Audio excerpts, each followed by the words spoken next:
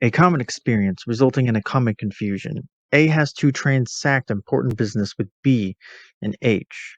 He goes to H for a preliminary interview, accomplishes the journey there in 10 minutes and the journey back at the same time. Now returning, boasts to his family of his expedition. Next day he goes again to H, this time to settle his business finally, as that by all appearances will require several hours. A leaves very early in the morning, but although all the surrounding circumstances, at least in A's estimation, are exactly the same as the day before, this time it takes him 10 hours to reach H. When he arrives there quite exhausted in the evening, he is informed that B, annoyed at his absence, had left in half an hour before to go to A's village, and that they must have passed each other on the road. A is advised to wait, but in his anxiety about his business, he sets off at once and hurries home. This time he covers the distance without paying any particular attention to the fact practically in an instant. At home, he learns that B had arrived quite early, immediately after A's departure, indeed, that he had met A on the threshold and reminded him of his business, but A had replied that he had no time to spare and he must go at once. In spite of this incomprehensible behavior of A, however, B had stayed on to wait for A's return. It is true, he had asked several times whether A was not back yet, but he was still sitting up in A's room, overjoyed at the opportunity of seeing B at once and explaining everything to him. A rushes upstairs. He is almost at the top when he stumbles, twists a sinew, and almost fainting with the pain, incapable even of uttering a cry. Only able to moan faintly in the darkness, he hears B, impossible to tell whether at a great distance or quite near him, stamping down the stairs in a violent rage and vanishing for good. I have a curious animal, half kitten, half lamb. It is a legacy from my father, but it only developed in my time. Formerly it was far more lamb than kitten. Now it is both in about equal parts. From the cat it takes its head and claws, from the lamb its size and shape, from both its eyes which are wild and flickering, its hair which is soft, lying close to its body, its movements, which partake both of skipping and seeking. Lying on the window sill in the sun, it curls up in a ball and purrs. Out in the meadow it rushes about like mad and is scarcely to be caught. It flees from cats and makes to attack lambs. On moonlight nights its favorite promenade is along the eaves. I cannot mew, and it lows rats. Besides the hen coop, it can lie for hours in ambush, but it has never yet seized an opportunity for murder. I feed it on milk that seems to suit it best in long draughts. It sucks the milk and through its fang-like teeth. Naturally, it is a great source of entertainment for children. Sunday morning, the visiting hours. I sit with the little beast on my knees, and the children of the whole neighborhood stand around me. Then the stranger's questions are asked, which no human being can answer. Why there is only one such animal? Why I, rather than anybody else, should own it? Whether there was ever an animal like it before, and what would happen if it died, whether it feels lonely, why it has no children, what is it called, etc. I never trouble to answer, but confine myself without further explanation to exhibiting my possession. Sometimes the children bring cats with them. Once they actually brought two lambs, but against all their hopes there was no scene of recognition. The animals gazed calmly at each other with their animal eyes and obviously accepted their reciprocal existence as a divine fact. Sitting on my knees, the beast knows neither fear nor lust of pursuit. Pressed against me, it is happiest. It remains faithful to the family that brought it up. And that there is certainly no extraordinary mark of fidelity, but merely the true instinct of an animal, which, though it has countless step relations in the world, has perhaps not a single blood relation, and to which, consequently, the protection it has found with us is sacred. Sometimes I cannot help laughing when it sniffs around me and winds itself between my legs and simply will not be parted from me. Not content with being lamb and cat, it almost insists on being a dog as well. Once, when as may happen to anyone, I could see no way out of my business problems and all that they involved, and was ready to let everything go. And in this mood, was lying in my rocking chair in my room, the beast on my knees. I happened to glance down and saw tears dropping from its huge whiskers. Were they mine? Or were they the animals? Had this cat, along with the soul of a lamb, the ambitions of a human being? I did not inherit much from my father, but this legacy is quite remarkable.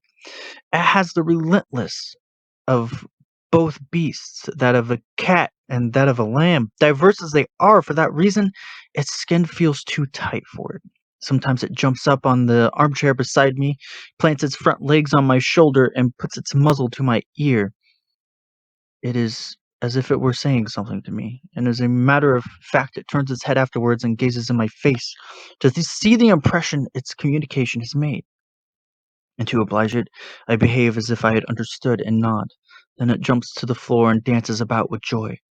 Perhaps the knife of the butcher would be a release for this animal, but as it is a legacy, I must deny it that.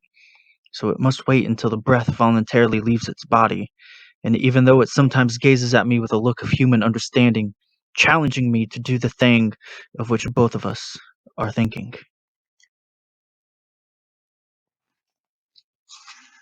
Joseph K. was dreaming. It was a beautiful day, and K felt like going for a walk, but hardly had he taken a couple of steps when he was already at the cemetery. The paths there were very winding, ingeniously made and impractical, but he glided along one of them as if on a rushing stream with unshaken poise and balance. From a long way off his eye was caught by a freshly heaped grave mound which he wanted to pause beside. This grave mound exerted almost a fascination over him, and he felt he could not reach it fast enough, but he often nearly lost sight of it, for his view was obscured by banners, which veered and flapped against each other with great force. One cannot see the standard bearers, but there seemed to be a very joyous celebration going on. While he was still peering into the distance, he suddenly saw the grave mound quite near his path. Indeed, he was almost leaving it behind him. He made a hasty spring onto the grass, but since the path went rushing under his shifting foot, he tottered and fell on his knees just in front of the grave mound. Two men were standing there behind the grave and were holding a gravestone between them in the air. Scarcely had Kay arrived when they thrust the stone into the earth, and it stood as if cemented there. Out of some bushes there came at once a third man, whom Kay recognized immediately as an artist. He was clad only in trousers and a badly buttoned shirt. On his head was a velvet cap. In his hand he held an ordinary pencil, with which he was already drawing figures in the air as he approached. With this pencil he now addressed himself to the top end of the gravestone. The stone was very tall. He did not have to bend down, though he did have to bend forward, since the grave mound, on which he shrank from setting foot, came between him and the stone. So he stood on tiptoe and steadied himself, with his left hand on the stone's flat surface. With an astonishing turn of skill, he managed to produce golden letters from his ordinary pencil. He wrote, "Here lies." Every letter was clear and beautifully made, deeply incised, and of the purest gold. When he had inscribed those two words, he looked at Kay over his shoulder. Kay, who was very eager to know how the inscription would go, paid hardly any attention to the man, but was intent only on the stone. And in fact, the man turned again to continue writing, but he could not go on. Something was hindering him. He let the pencil sink and once more turned toward Kay. This time Kay looked back at him and noted that he was deeply embarrassed and yet unable to explain himself. All his earlier vivacity had vanished. That made Kay feel embarrassed too. They exchanged helpless glances. There was some dreadful misunderstanding between them which neither could resolve. An untimely little bell now began to ring from the cemetery chapel, but the artist made a sign with uplifted hand, and the bell stopped. In a little while it began again, this time quite softly and without any insistence, breaking off again at once, as if it were only testing its own tone. Kay felt miserable because of the artist's predicament. He began to cry and sobbed for a long time into his cupped hands. The artist waited until Kay had calmed down and then decided, since there was no help for it, just to go on with the inscription. The first small stroke that he made was a relief to Kay, but the artist obviously achieved it only with the greatest reluctance. The work, too, was no longer beautifully finished. Above all, there seemed to be a lack of gold leaf. Pale and uncertain, the stroke straggled down. Only it turned into a very big letter. It was a J. It was almost finished, and at that moment the artist stamped angrily on the grave and mound with one foot so that the soil all around flew up in the air. At long last Kay understood him. It was too late to start apologizing now. With all his fingers he dug into the earth, which offered almost no resistance. Everything seemed prepared beforehand. A thin crust of earth had been constructed only for the look of the thing. Immediately beneath it a great hole opened out, with steep sides into which Kay sank, wafted onto his back by a gentle current. And while he was already being received into impenetrable depths, his head still straining upwards on his neck, his own name raced across the stone above him in great flourishes. Enchanted by the light, he woke up. And while he was already being received into impenetrable depths, his head still straining upwards on his neck, his own name raced across the stone above him in great flourishes. Enchanted by the sight, he woke up. Alas, said the mouse, the world is growing smaller every day. At the beginning it was so big that I was afraid. I kept running and running, and I was glad when at last I saw the walls far away to the right and left. But these long walls have narrowed so quickly that I am in the last chamber already, and there in the corner stands the trap that I must run into. You only need to change your direction, said the cat, and ate it up. When it looks as if you had made up your mind finally to stay at home for the evening, when you have to put on your house jacket and sat down after supper with a light on the table to the piece of work or your game that usually precedes your going to bed, when the weather outside is unpleasant so that staying indoors seems natural, and when you have already been sitting quietly at the table for so long that your departure must occasion surprise to everyone, when besides the stairs are in darkness and the front door locked, and in spite of all that you have started up in the sudden fit of restlessness, changed your jacket, abruptly dressed yourself for the street, explained that you must go out with a few curt words of leave taking actually gone out, banging the flat door more or less hastily according to the degree of displeasure you think you have left behind you. And when you find yourself once more in the street with limbs swinging extra freely in answer to the unexpected liberty you have procured for them, when as a result of this decisive action you feel concentrated within yourself all the potentialities of decisive action, when you recognize with more than usual significance that your strength is greater than your need to accomplish effortless the swiftest of changes and to cope with it. When in this frame of mind you go striding down the long streets, then for that evening you have completely got away from your family, which fades into insubstantiality, while you yourself, a firm, boldly drawn black figure, slapping yourself on the thigh, grow to your true stature. All this is still heightened if at such a late hour in the evening you look up a friend to see how he is getting on. Today the chief engineers have been down to our part of the mine. The management has issued some instructions or other about boring new galleries, and so the engineers arrived to make the initial survey. How young these men are, and yet how different from each other! They have all grown up in freedom and show clearly defined characters without self-consciousness even in their youth. One, a lively man with black hair, has eyes that take in everything. A second, with a notebook, making jottings as he goes, looks around him, compares notes down. A third, his hands in his coat pockets so that everything about him is taut. Walks very upright, maintains his dignity. Only the fact that he keeps biting his lips betray his impatience, irrepressible youth. A fourth showers explanations on the third, who does not ask for them. Smaller than the other, trotting beside him like a timper, his index finger always in the air, he seems to be making a running commentary on everything he sees. A fifth, perhaps the senior in rank, suffers no one to accompany him. Now he is in front, now behind, the group accommodates its pace to him. He is pallid and frail. Responsibility has made his eyes hollow. He often presses his hands to his forehead in thought. The sixth and seventh walk leaning forward a little, their heads close together, arm in arm, in confidential talk. If this were not unmistakably our coal mine and our working station in the deepest gallery, one could easily believe that these bony, clean-shaven, knobbly-nosed gentlemen were young clerics. One of them laughs mostly to himself with a cat-like purring, the other, smiling too, leads the conversation and beats some kind of time to it with his free hand. How sure these two must be of their position, yes. What services must they have already rendered to our mine in spite of their youth, to be able here on such an important survey, under the eyes of their chief, to devote themselves so unwaveringly to their own affairs, or at least to affairs that have nothing to do with the immediate task. Or might it be possible that, in spite of their laughter and apparent inattention, they are very well aware of whatever is needful? One scarcely ventures to pass a decisive judgment on gentlemen like these. On the other hand, there is no doubt at all that the eighth man, for instance, is incomparably more intent on his work than these two.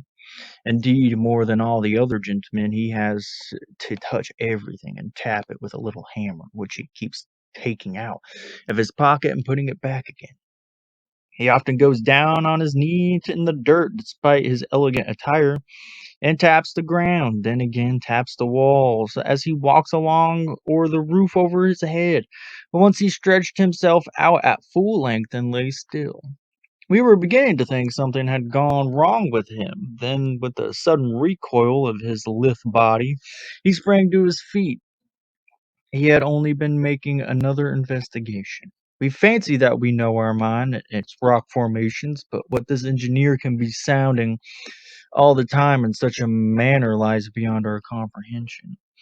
A ninth man pushes a kind of preambulator in front of him with the surveying instruments, extremely expensive apparatus deeply embedded in the softest cotton wool. The office porter ought really to be pushing this vehicle, but he is not trusted with it. An engineer has to do it, and one can see that he does it with good will. He is probably the youngest, perhaps he doesn't even understand all the apparatuses yet, but he keeps his eye on the instruments all the time, which brings him often into danger of running his vehicle into the wall. But there is another engineer walking alongside who prevents that from happening. Obviously, he understands the apparatus thoroughly and seems to be really the man in charge of it. From time to time, without stopping the vehicle, he takes up a part of some instrument, peers through it, screws it open and shut, shakes it, and taps it, holds it to his ear, and listens. And finally, while the man pushing the instrument usually stands still, he lays the small thing, which one can scarcely discern at a distance, back into its packing with great care. This engineer is a little domineering, but only in the service of his instruments. 10 paces ahead of the preambulator, we have to give way to it at a wordless sign of his finger, even where there is no room for us to make way. Behind these two gentlemen stalks the office porter with nothing to do. The gentleman, is as to be expected from men of their great knowledge, have long dropped any arrogance they ever had, but the porter seems to have picked it all up and kept it, with one hand tucked behind him, the other in front, fingering the gilt button of fine face cloth of his uniform. He keeps bowing to right and left as if we had saluted him and he were answering, or rather as if he assumed that we had saluted him being too high and mighty to see any salutes. Of course, we do not salute him, yet one could almost believe to look at him that it is a great distinction to be a porter at the head office of the mine. Behind his back, to be sure, we burst out laughing, but as not even a thunderbolt can make him look around, he remains an unsolved riddle for us to respect. Today we shall not do much work. The interruption has been too interesting. Such a visit draws away with it all thoughts of work. It is too tempting to stand gazing after the gentlemen as they vanish into the darkness of the trial gallery. Besides, our shift will soon come to an end. We shall not be here to see them coming back.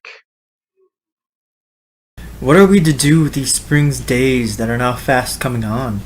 Early this morning the sky was gray, but if you go to the window now you are surprised to lean your cheek against the latch of the casement. The sun is already setting, But down below you see it lighting up the face of the little girl who strolls along looking about her, and at the same time you see her eclipsed by the shadow of the man behind overtaking her. And then the man has passed by, and the little girl's face is quite bright. I was not at all certain whether I had any advocates. I could not find out anything definite about it. Every face was unfriendly. Most people who came toward me and whom I kept meeting in the corridors looked like fat old women. They had huge blue and white striped aprons covering their entire bodies, kept stroking their stomachs and swaying awkwardly to and fro. I could not even find out whether we were in a law court. Some facts spoke for it, others against. What reminded me of a law court more than all the details was a droning noise which could be heard incessantly in the distance. One could not tell from which direction it came. It filled every room to such an extent that one had to assume it came from everywhere, or what seemed more likely, that just the place where one happened to be standing was the very place where the droning originated. But this was probably an illusion, for it came from a distance. These corridors, narrow and sturdily vaulted, turning in gradual curves with high, sparsely decorated doors, seemed to have been created specially for profound silence. They were the corridors of a museum or a library, yet if it were not a law court, why was I searching for an advocate here? Because I was searching for an advocate everywhere. He is needed everywhere, if anything less in court than elsewhere, for a court, one assumes, passes judgment according to the law. If one were to assume that this was being done unfairly or frivolously, then life would not be possible. One must have confidence that the court allows the majesty of the law its full scope, for this is its sole duty. Within the law, all is accusations, advocacy, and verdict. Any interference by an individual here would be a crime. It is different, however, in the case of a verdict itself. This is based on inquiries being made here and there, from relatives and strangers, from friends and enemies, and the family and public life in town and village, in short, everywhere. Here it is most necessary to have advocates. Advocates galore, the best possible advocates, one next to the other, a living wall, for advocates are by nature hard to set in motion. The plaintiffs, however, those sly foxes, those slinking weasels, those little mice, they slip through the tiniest gaps, scuttle through the legs of the advocates. So look out. That's why I am here. I'm collecting advocates, but I have not found any as yet. Only those old women keep on coming and going. If I were not on my search, it would put me to sleep. I'm not in the right place, alas. I cannot rid myself of the feeling that I'm not in the right place. I ought to be in a place where all kinds of people meet from various parts of the country, from every class, every profession of all ages. I ought to have an opportunity of choosing carefully out of a crowd those who are kind, those who are able, and those who have an eye for me. Perhaps the most suitable place for this would be a huge fairground, instead of which I am hanging about in these corridors where only these old women are to be seen, and not even many of them, and always the same ones. And even those few will not let themselves be cornered. Despite their slowness, they slip away from me, float about like rain clouds, and are completely absorbed by unknown activities. Why is it that I run headlong into a house without reading the sign over the door, promptly find myself in these corridors, and settle here with such obstinacy that I cannot even remember ever having been in front of the house, ever having run up the stairs, but back I cannot go? This waste of time, this admission of having been on the wrong track, would be unbearable for me. What? Run downstairs in this brief, hurried life, accompanied as it is by what impatient droning? Impossible. The time allotted to you is so short that if you lose 1 second, you have already lost your whole life. For it is no longer, it is always just as long as the time you lose. So if you have started out on a walk, continue it. Whatever happens, you can only gain. You run no risk. In the end, you may fall over a precipice, perhaps, but had you turned back after the first steps and run downstairs, you would have fallen at once, and not perhaps, but for certain. So if you find nothing in the corridors, open the doors. If you find nothing behind these doors, there are more floors. And if you find nothing up there, don't worry. Just leap up another flight of stairs. As long as you don't stop climbing, the stairs won't end under your climbing feet. They will go on, growing upward. It looks as if much had been neglected in our country's system of defense. We have not concerned ourselves with it until now and have gone about our daily work, but things that have been happening recently begin to trouble us. I have a cobbler's workshop in the square that lies before the Emperor's palace. Scarcely have I taken my shutters down at the first glimmer of dawn, when I see armed soldiers already posted in the mouth of every street opening on the square. But these soldiers are not ours. They are obviously nomads from the north, in some way that is incomprehensible to me. They have pushed right into the capital, although it is a long way from the frontier. At any rate, here they are. It seems that every morning there are more of them. As is their nature, they camp under the open sky, for they ab- abominate dwelling houses. They busy themselves sharpening swords, whittling arrows, and practicing horsemanship.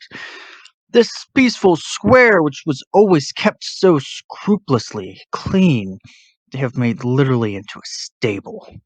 We do try every now and then to run out of our shops and clear away at least the worst of the filth, but this happens less and less often, for the labor is in vain and brings us besides into danger of falling under the hoofs of the wild horses, or of being crippled with lashes from their whips. Speech with the nomads is impossible. They do not know our language, indeed, they hardly have a language of their own. They communicate with each other much as jackdaws do. A screeching as of jackdaws is always in our ears. Our way of living and our instruments they neither understand nor care to understand, and so they are unwilling to make sense even out of our sign language. You can gesture at them till you dislocate your jaw and your wrists, and still they will not have understood you and will never understand. They often make grimaces, then the whites of their eyes turn up and foam gathers on their lips. But they do not mean anything by that, not even a threat. They do it because it is their nature to do it. Whatever they need, they take. You cannot call it taking by force. They grab at something and you simply stand aside and leave them to it. From my stock, too, they have taken many good articles, but I cannot complain.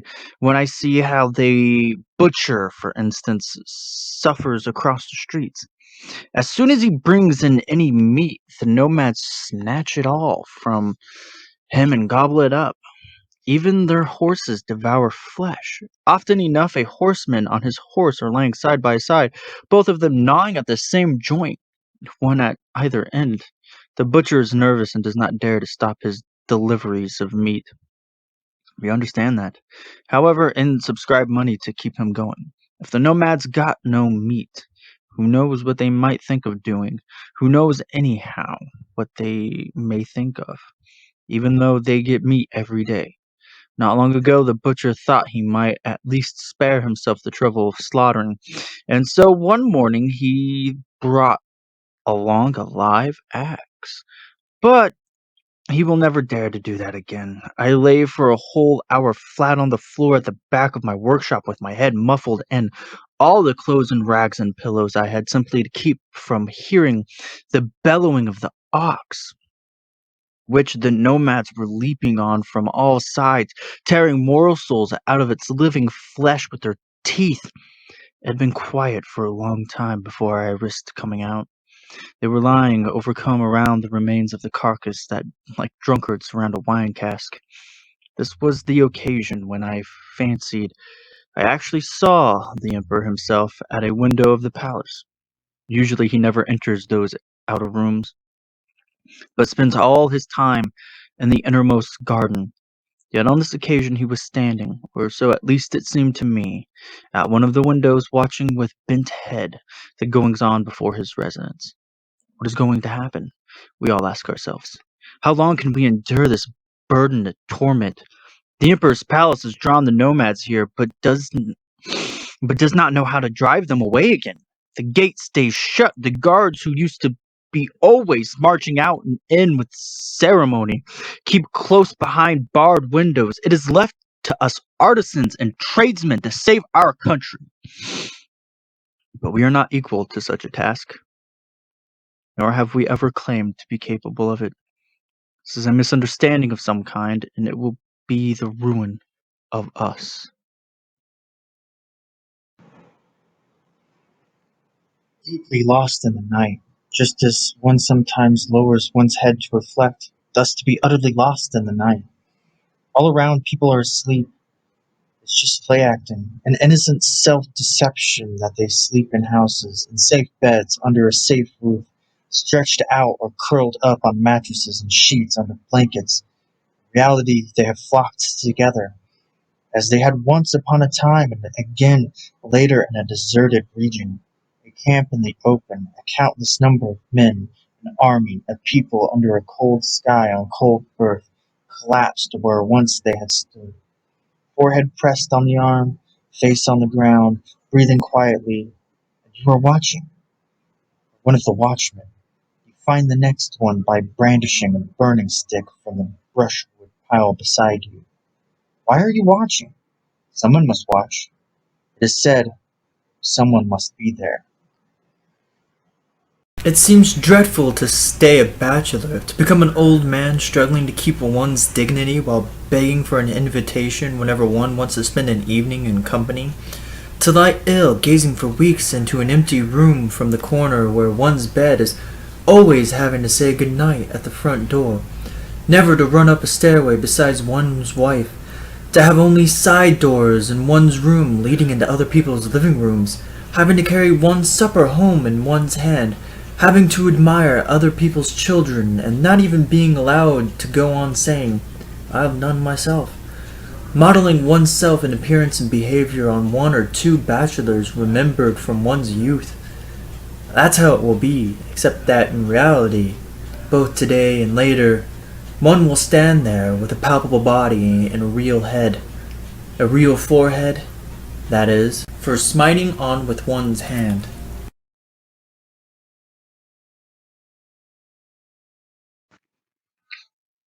Some say the word Adradek is of Slavonic origin and try to account for it on that basis. Others again believe it to be German origin, only influenced by Slavonic. The uncertainty of both interpretations allows one to assume with justice that neither is accurate, especially as neither of them provides an intelligent meaning of the word. No one, of course, would occupy himself with such studies if there were not a creature called Adradek. At first glance, it looks like a flat star-shaped spool for thread, and indeed it does seem to have thread wound upon it. To be sure, they are only old broken-off bits of thread knotted and tangled together of the most varied sorts and colors, but it is not only a spool, for a small wooden crossbar sticks out of the middle of the star, and another small rod is joined to that at the right angle. By means of this latter rod on the side and one of the points of the star on the other, the whole thing can stand upright as if on two legs. One is tempted to believe that the creature once had some sort of intelligible shape and is now only a broken down remnant. Yet this does not seem to be the case, or at least there is no sign of it. Nowhere is there an unfinished or unbroken surface to suggest anything of the kind. The whole thing looks senseless enough, but in its own way perfectly finished. In any case, closer scrutiny is impossible, since Odradek is extraordinarily nimble and can never be laid hold of. He lurks by turns in the garret, the stairway, the lobbies, the entrance hall. Often for months on end he is not to be seen. Then he has presumably moved into other houses, but he always comes faithfully back to our house again. Many a time when you go out of the door, he happens just to be leaning directly beneath you against the banisters. You feel inclined to speak to him, of course. You put no difficult questions to him. You treat him. He is so diminutive that you cannot help it, rather like a child. Well, what's your name? You ask him. Adradek, he says. And where do you live? No fixed abode, he says, and laughs. But it's only the kind of laughter that has no lungs behind it. It sounds rather like the rustling of falling leaves. And that is usually the end of the conversation. Even these answers are not always forthcoming. Often he stays mute for a long time, as wooden as his appearance. I ask myself, to no purpose, what is likely to happen to him. Can he possibly die? Anything that dies has had some kind of aim in life, some kind of activity, which has worn out, but that does not apply to Odradek. Am I to suppose, then, that he will always be rolling down the stairs with ends of thread trailing after him, right before the feet of my children and my children's children? He does no harm to anyone, that one can see, but the idea that he's likely to survive me, I find almost painful. I heard the wagons rumbling past the garden fence. Sometimes I even saw them through gently swaying gaps in the foliage. How the wood of their spokes and shafts creaked in the summer heat! Laborers were coming from the fields and laughing so that it was a scandal. I was sitting on our little swing, just resting among the trees in my parents' garden. On the other side of the fence, the traffic never stopped. Children's running feet were past in a moment. Harvest wagons with men and women perched on and around the sheaves darkened the flower beds. Toward evening, I saw a gentleman slowly promenading with a walking stick, and a couple of girls who met him arm in arm stepped aside into the grass as they greeted him. The birds flew up as if in showers. I followed them with my eyes and saw how high they soared in one breath, till I felt not that they were rising, but that I was falling, and holding fast to the ropes began to swing a little out of sheer weakness. Soon I was swinging more strongly as the air blew colder, and instead of soaring birds trembling, stars appeared. I was given my supper by candlelight. Often both my arms were on the wooden board, and I was already weary as I bit into my bread and butter. The coarse mesh window curtains bellied into the warm wind, and many a time some passer-by outside would stay them with his hand as if wanted to see me better and speak to me. Usually the candle soon went out, and in the sooty candle smoke the assembled midges went on circling for a while. If anyone asked me a question from the window, I would gaze at him as if a distant mountain or into vacancy, nor did he particularly care whether he got an answer or not. But if one jumped over the window sill and announced that the others were already waiting, then I did get to my feet with a sigh. What are you sighing for? What's wrong? Has something dreadful happened that can never be made good? Shan't we ever recover from it? Is everything lost? Nothing we lost. We ran to the front of the house. Thank God, here you are at last. You're always late.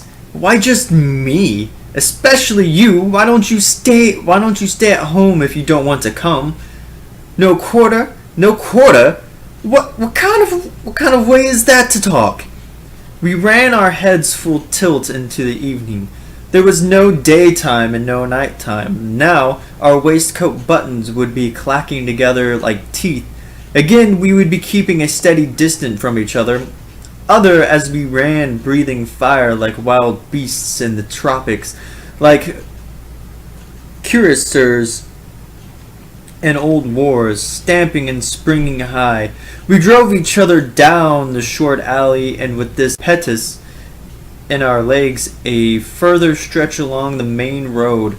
Stray figures went into the ditch. Hardly had they vanished down the dusky escarpment when they were standing like newcomers on a field path above and looking down. Come on down. Come on up first. So you can push us down? No thanks, we're not such fools. You're afraid, you mean. Come on up, you cowards. Afraid? The likes of you? You're going to push us down, are you? That's a good one.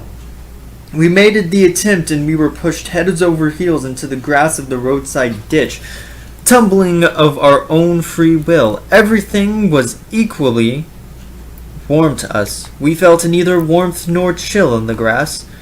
Only one got tired.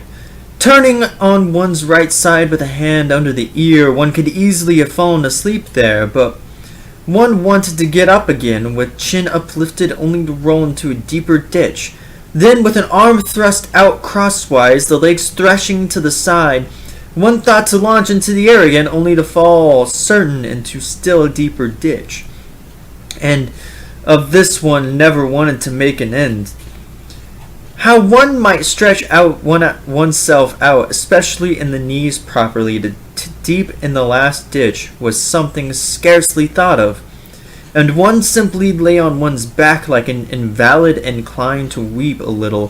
One blinked as now, and then a youngster with elbows pressed to his sides sprang over one's head with dark looming soles, and a leap from an escarpment to the roadway.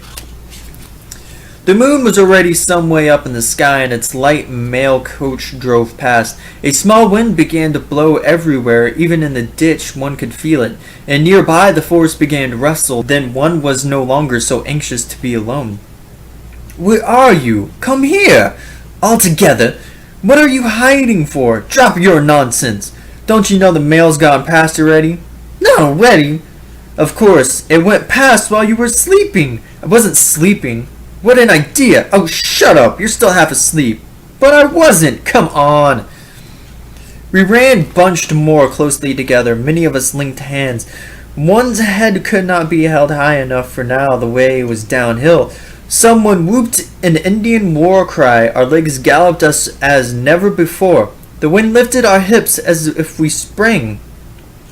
Nothing could have checked us. We were in such full stride that even overtaking others, we could fold our arms and look quietly around us. At the bridge over the brook, we came to a stop. Those who had overrun it came back. The water below lapped against the stones and roots as if it were not already late evening. There was no reason why one of us should not jump onto the parapet of the bridge. From behind clumps of trees in the distance, a railway train came past. All the carriages were lit up and the window panes were certainly let down. One of us began to sing a popular catch, but we all felt like singing. We sang much faster than the train was going. We waved our arms because our voices were not enough. Our voices rushed together in an avalanche of sound that did us good. When one joins in song with others, it's like being drawn on by a fish hook. So we sang, the forest behind us for the ears of the distant travelers. The grown-ups were still awake in the village. The mothers were making down the beds for the night. Our time was up. I kissed the one next to me, reached hands to the three nearest, and began to run home. None called me back. At the first crossroads, where they could no longer see me, I turned off and ran by the field path into the forest again. I was making for that city in the south, of which I was said in our village. There you'll find queer folk just think they never sleep. And why not? Because they never get tired. And why not? Because they're fools. Don't fools get tired? How could fools get tired?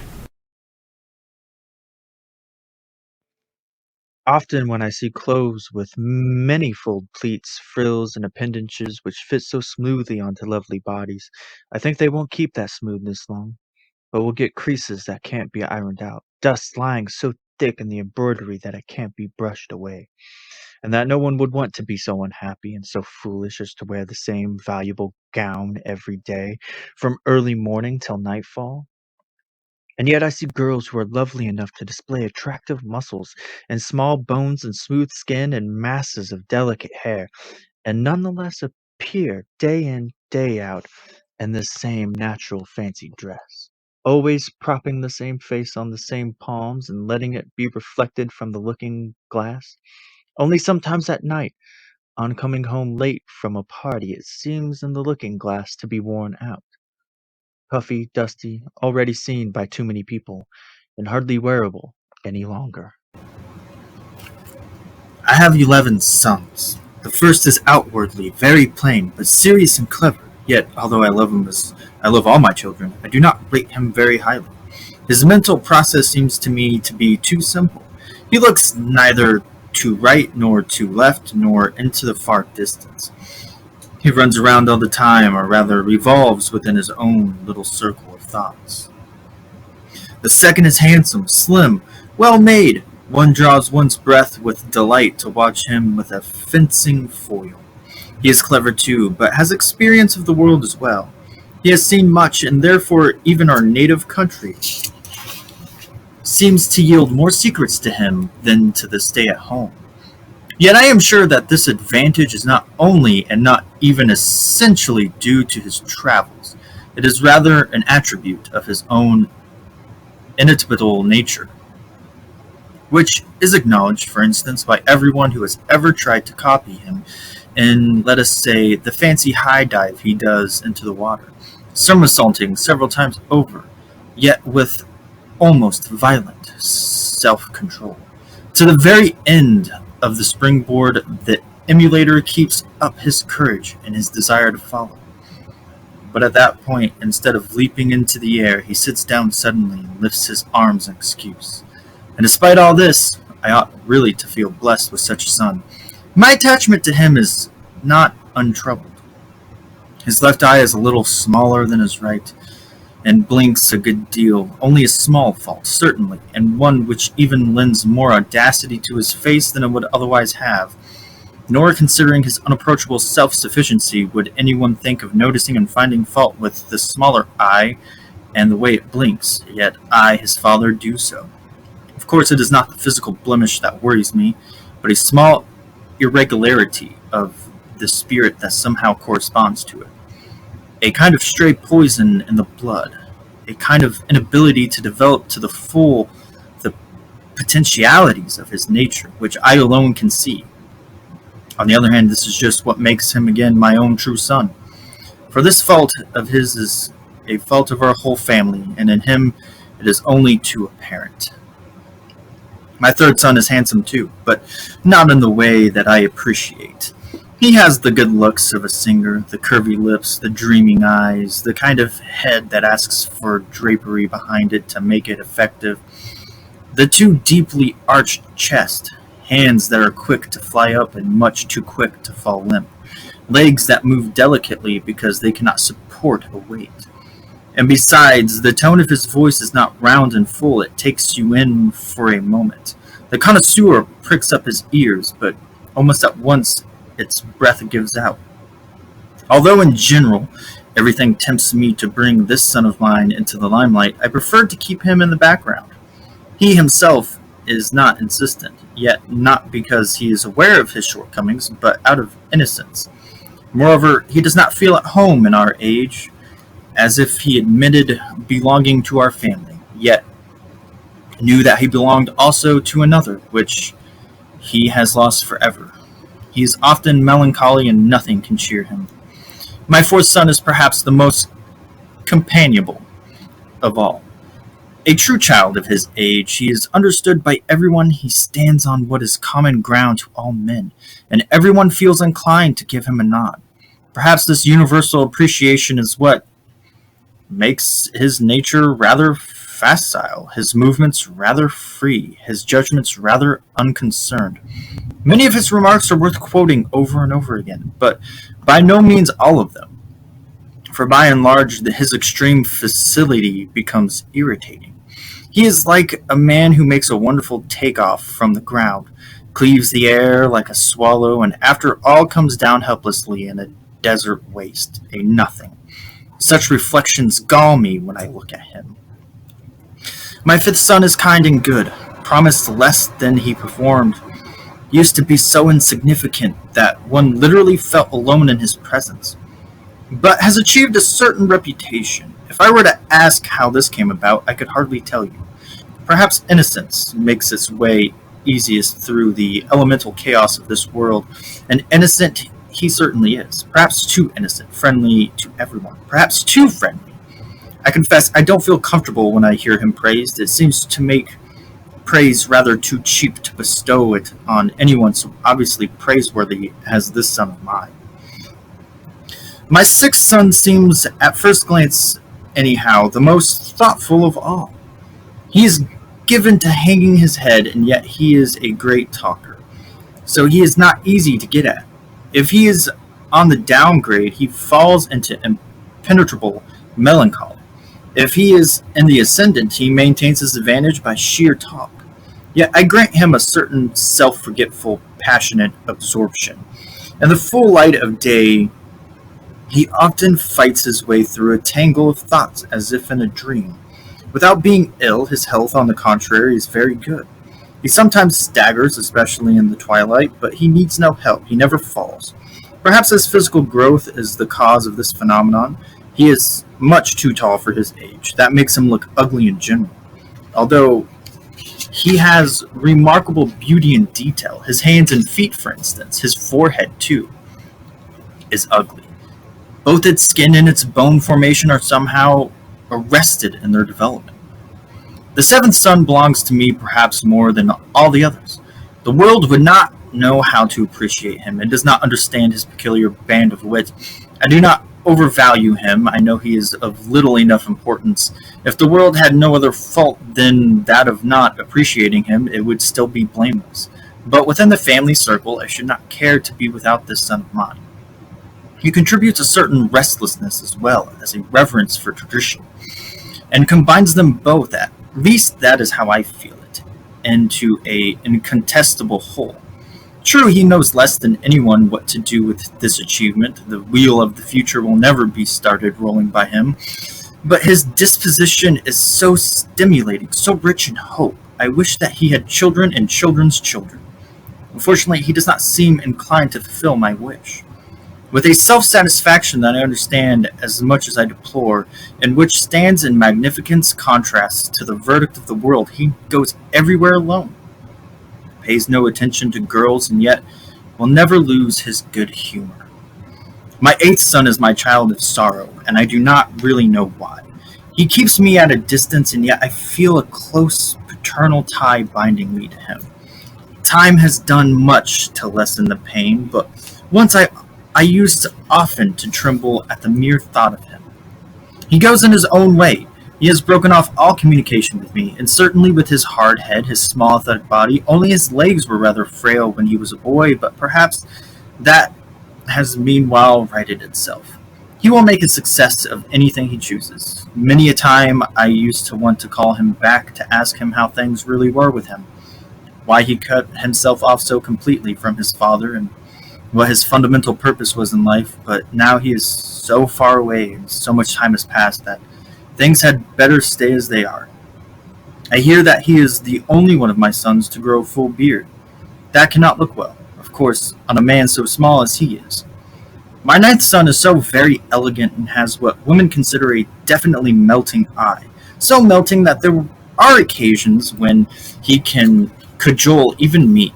Although I know that a wet sponge is literally enough to wipe away all that unearthly brilliance. But the curious thing about the boy is that he makes no attempt to be seductive. He would be content to spend his life lying on the sofa and wasting his glances on the ceiling, or still better, keeping them to himself under his eyelids.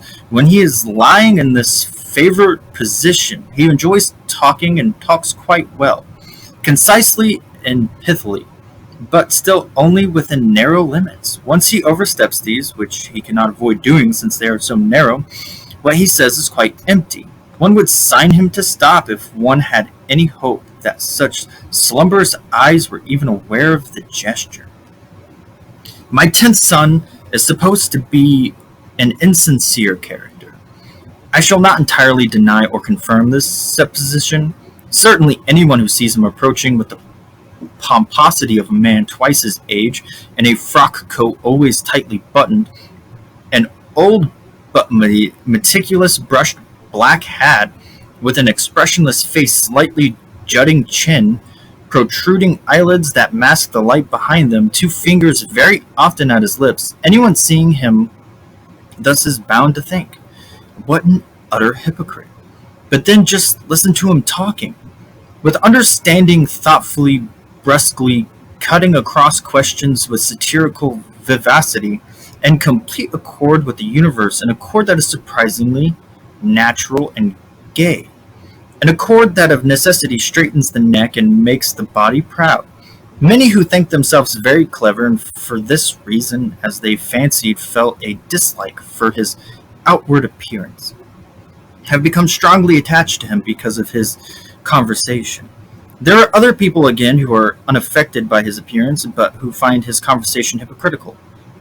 I, being his father, will not pronounce a verdict, but I must admit that the latter critics are at least to be taken more seriously than the former. My 11th son is delicate, probably the frailest of my sons, but deceptive in his weakness, for at times he can be strong and resolute, though even then there is somehow always an underlying weakness. Yet it is not a weakness to be ashamed of, merely something that appears as weakness only on this solid earth of ours. For instance, is not a readiness for flight a kind of weakness too, since it consists in a wavering and unsteadiness, a fluttering?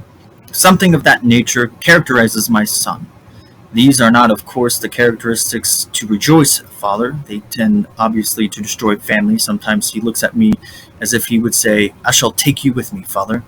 Then I think, you are the last person I would trust myself to. And again, his looks seem to say, then let me be at least the last.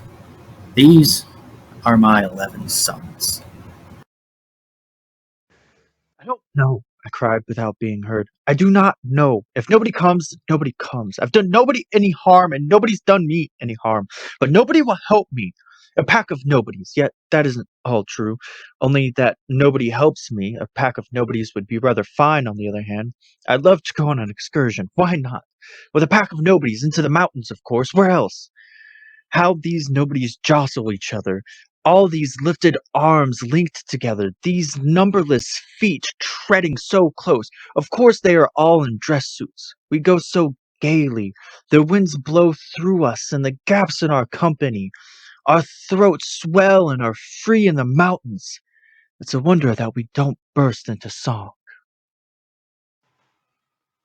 We are 5 friends. One day we came out of a house, one after the other. First one come and placed himself beside the gate. Then the second came, or rather he glided through the gate like a little ball of quicksilver. He placed himself near the first one. Then came the third, then the fourth, then the fifth. Finally we all stood in a row. People began to notice us. They pointed at us and said, those 5 just came out of that house. Since then we have been living together. It would be a peaceful life if it weren't for a sixth one continually trying to interfere. He doesn't do us any harm, but he annoys us, and that is harm enough. Why does he intrude where he is not wanted? We don't know him and don't want him to join us. There was a time, of course, when the 5 of us did not know one another either, and it could be said that we still don't know one another. But what is possible and can be tolerated by the 5 of us is not possible and cannot be tolerated with this sixth one. In any case, we are 5 and don't want to be 6. And what is the point of this continual being together anyhow? It is also pointless for the 5 of us, but here we are together, and will remain together. A new combination, however, we do not want, just because of our experiences. But how is one to make all this clear to the sixth one? Long explanations would almost amount to accepting him in our circle, so we prefer not to explain and not to accept him. No matter how he pouts his lips, we push him away with our elbows, but however much we push him away, back he comes.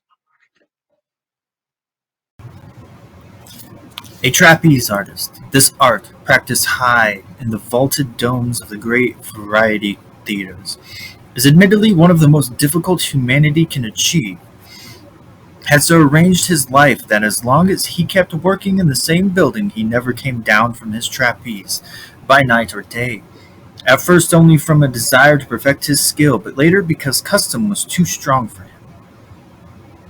All his needs, very modest needs at that, were supplied by relays of attendants who watched him from below and sent up and hauled down again in specially constructed containers whatever he required. This way of living caused no particular inconvenience to the theatrical people, except that when other turns were on the stage, his being still up aloft, which could not be dissembled, proved somewhat distracting, as also the fact that, although at such times he mostly kept very still, he drew a stray glance here or there from the public. Yet the management overlooked this because he was an extraordinary and unique artist, and of course they recognized that this model of life was no mere prank, and that only in this way could he really keep himself and constant practice, and his art at the pitch of its perfection. Besides, it was quite healthful up there, and when in the warmer seasons of the years the side windows all around the dome of the theater were thrown open and the sun and fresh air came pouring irresistibly into the dusky vault. It was even beautiful. True, his social life was somewhat limited. Only sometimes a fellow acrobat swarmed up the ladder to him, and then they both sat on the trapeze, leaning left and right against the supporting ropes and chattered, or builders, workmen repairing the roof exchanged a few words with him through the open window, or the firemen inspecting the emergency lighting at the top of the gallery called over to him something that sounded respectful but could hardly be made out. Called over to him something that sounded respectful but could hardly be made out. Otherwise, nothing disturbed his seclusion. Occasionally, perhaps some theater hand straying through the empty theater of an afternoon gazed thoughtfully up into the great height of the roof, almost beyond eyeshot, where the trapeze artist, unaware that he was being observed, practiced his art or rested. The trapeze artist could have gone on living peacefully like that had it not been for the inevitable journeys from place to place, which he found extremely trying.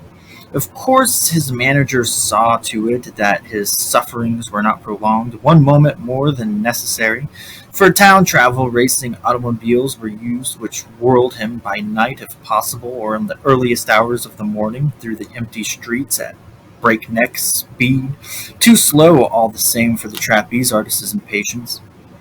For railway journeys, a whole compartment was reserved, in which the trapeze artist, as a possible though wretched alternative to his usual way of living, could pass the time up in the luggage rack, and the next town on their circuit. Long before he arrived, the trapeze was already slung up in the theater, and all the doors leading to the stage were flung wide open. All corridors kept free, yet the manager never knew a happy moment until the trapeze artist set his foot on the rope ladder, and in a twinkling at long last hung aloft on his trapeze. Despite so many journeys having been successfully arranged by the manager, each new one embarrassed him again, for the journey apart from everything else got on the nerves of the artist a great deal. Once, when they were again traveling together, the trapeze artist lying on the luggage rack dreaming, the manager leaning back in the opposite window seat reading a book. The trapeze addressed his companion in a low voice. The manager was immediately all attention. The trapeze artist, biting his lips, said that he must always in future have two trapezes for his performances, instead of only one. Two trapezes opposite each other. The manager at once agreed, but the trapeze artist, as if to show that the manager's consent counted for as little as his refusal, said that never again would he perform on only one trapeze, in no circumstances whatever. The very idea that it might happen at all seemed to make him shudder. The manager, watchfully feeling his way, once more emphasized his entire agreement. Two trapezes were better than one. Besides, it would be an advantage to have a second bar. More variety could be introduced into the performance. At that, the trapeze artist suddenly burst into tears. Deeply distressed, the manager sprang to his feet and asked what was the matter. Then, getting no answer, climbed up on the seat and caressed him, cheek to cheek, so that his own face was bedabbled by the trapeze artist's tears. Yet it took much questioning and soothing endearment until the trapeze artist sobbed, "Only the one bar in my hands. How can I go on living?" That made it somewhat easier for the manager to comfort him. He promised to wire from the very next station for a second trapeze to be installed in the first town on their circuit, reproached himself for having let the artist work so long on only one trapeze, and thanked and praised him warmly for having at last brought the mistake to his notice. And so he succeeded in reassuring that the trapeze artist little by little, and was able to go back to his corner, but he himself was far from reassured. With deep uneasiness, he kept glancing secretly at the trapeze artist, over the top of his book. Once such ideas began to torment him, would they ever quite leave him alone? Would they not rather increase in urgency?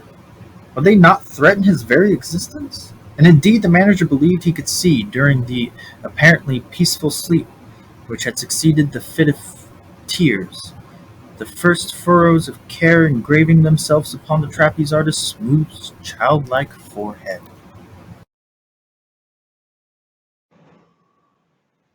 It was very early in the morning, the streets clean and deserted. I was on my way to the station. As I compared the tower clock with my watch, I realized it was much later than I had thought, and that I had to hurry. The shock of this discovery made me feel uncertain of the way. I wasn't very well acquainted with the town as yet.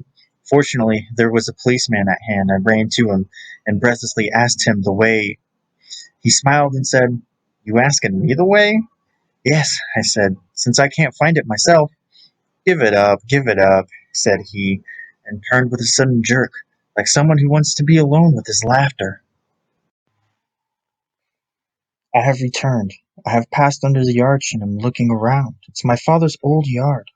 The puddle in the middle, old useless tools jumbled together, block the way to the attic stairs. The cat lurks on the banister.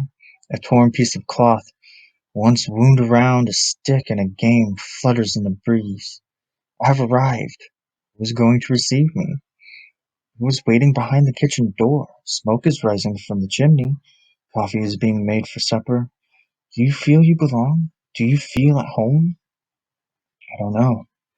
I feel most uncertain. My father's house it is, but each object stands cold beside the next, as though preoccupied with its own affairs, which I have partly forgotten, partly never known.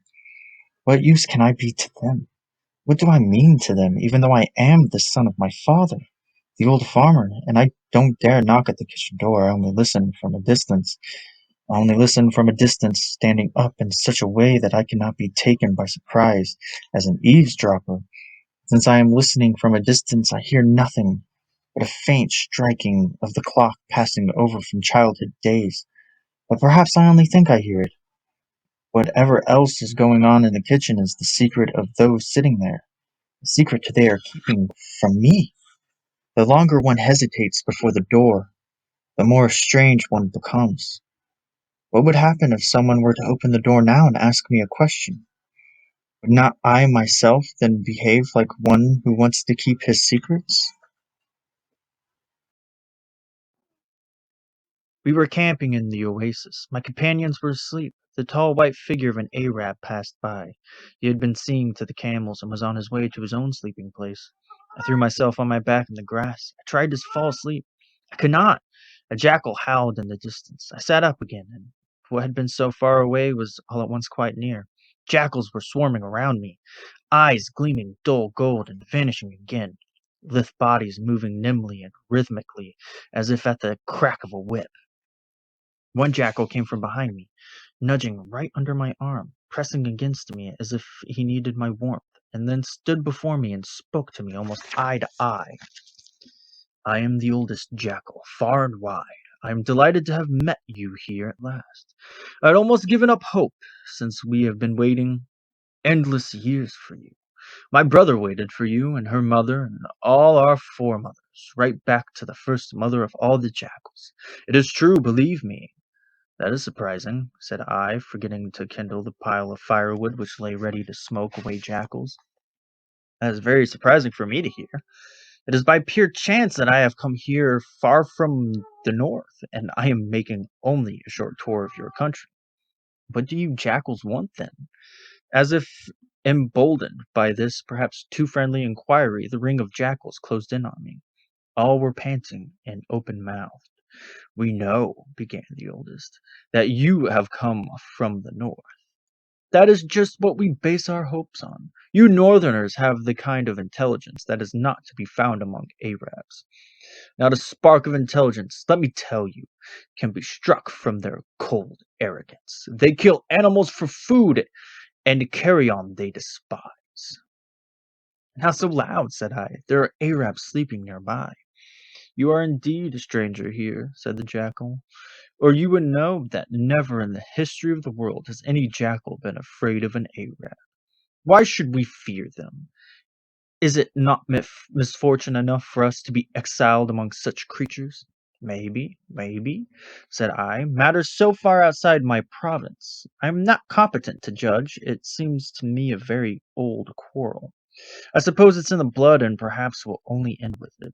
You are very clever, said the old jackal, and they all began to pant more quickly.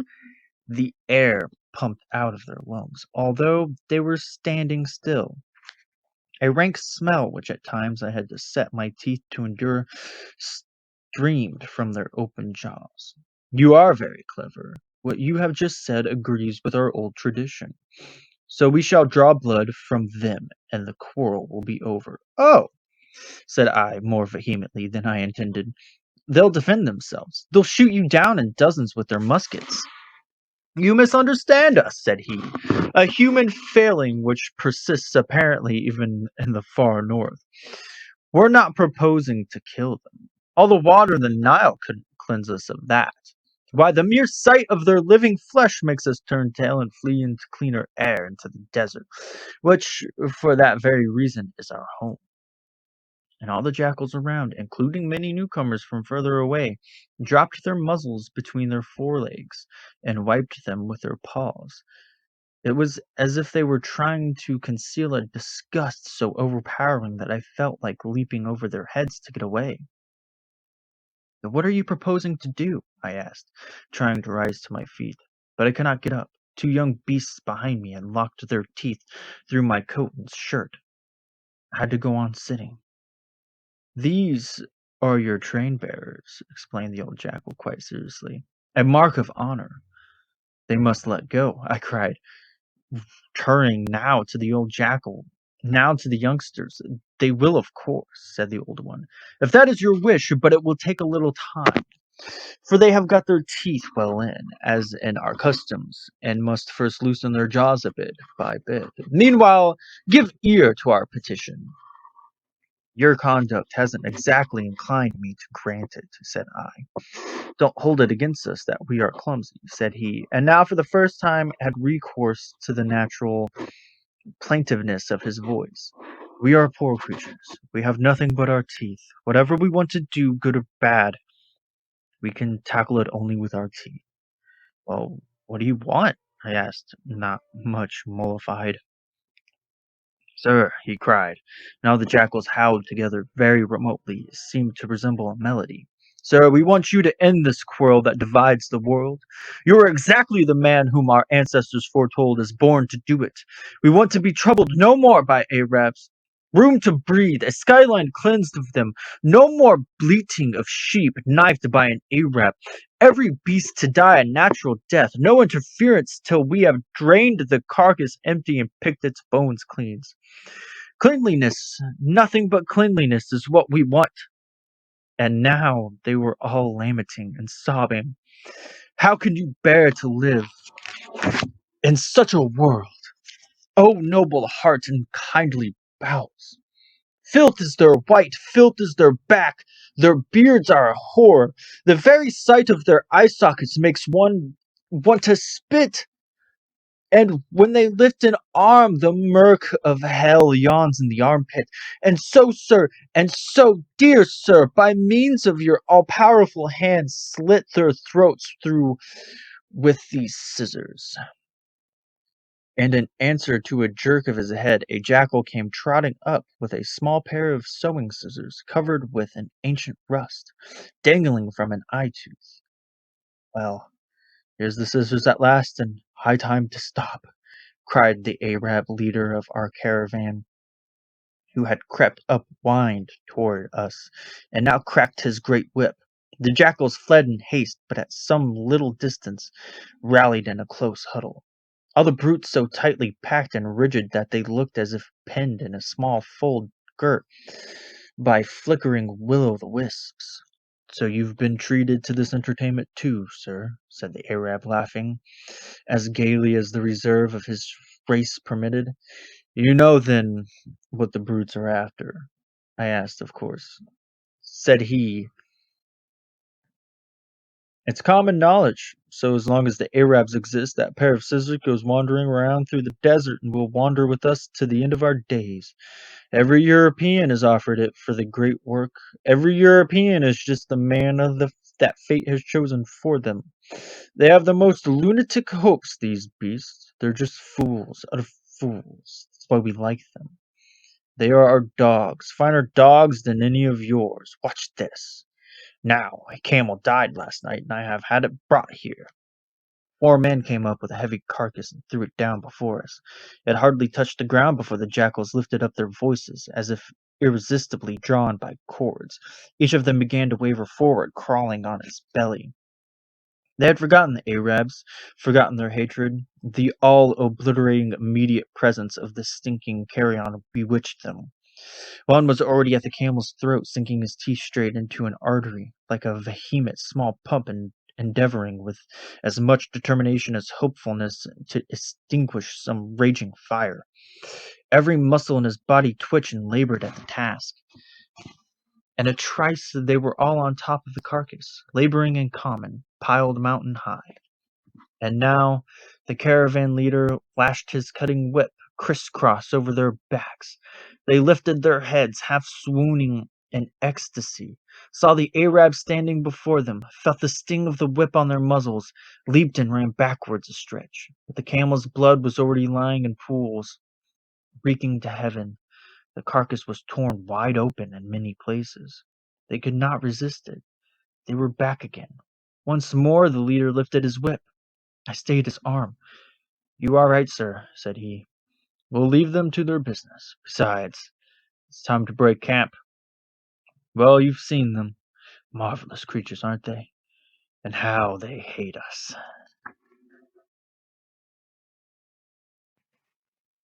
It was summer, a hot day. With my sister, I was passing the gate of a great house on our way home. I cannot tell now whether she knocked on the gate out of mischief or out of absence of mind, or merely threatened it with her fist and did not knock at all.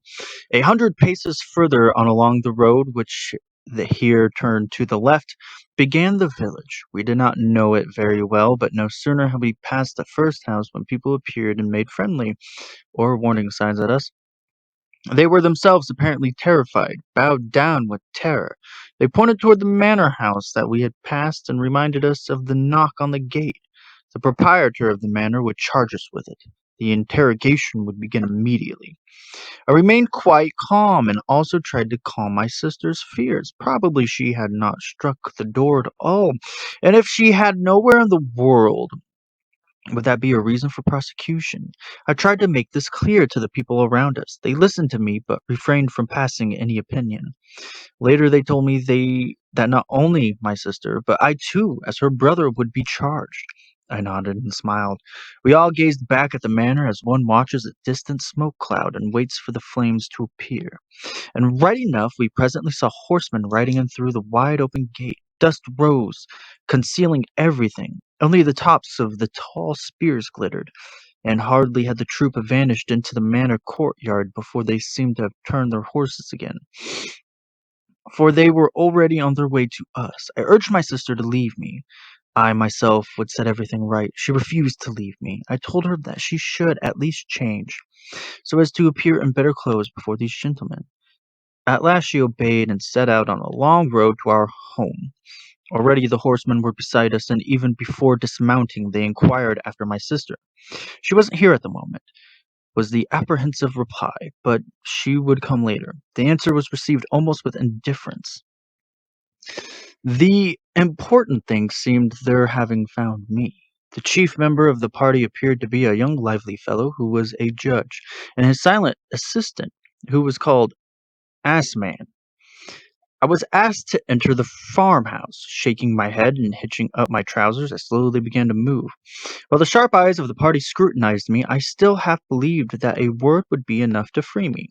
A city man, and with honor, too, from this peasant folk. But when I had stepped over the threshold of the parlor, the judge, who had hastened in front of and was already awaiting me, said, "I'm really sorry for this man," and it was beyond all possibility of doubt that by this he did not mean my present state, but something that was to happen to me. The room looked more like a prison cell than the parlor of the farmhouse.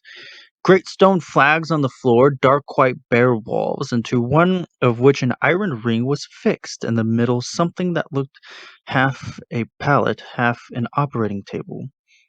Could I still endure any other air than prison air? That is the great question. Or rather, it would be if I still had any prospect of release.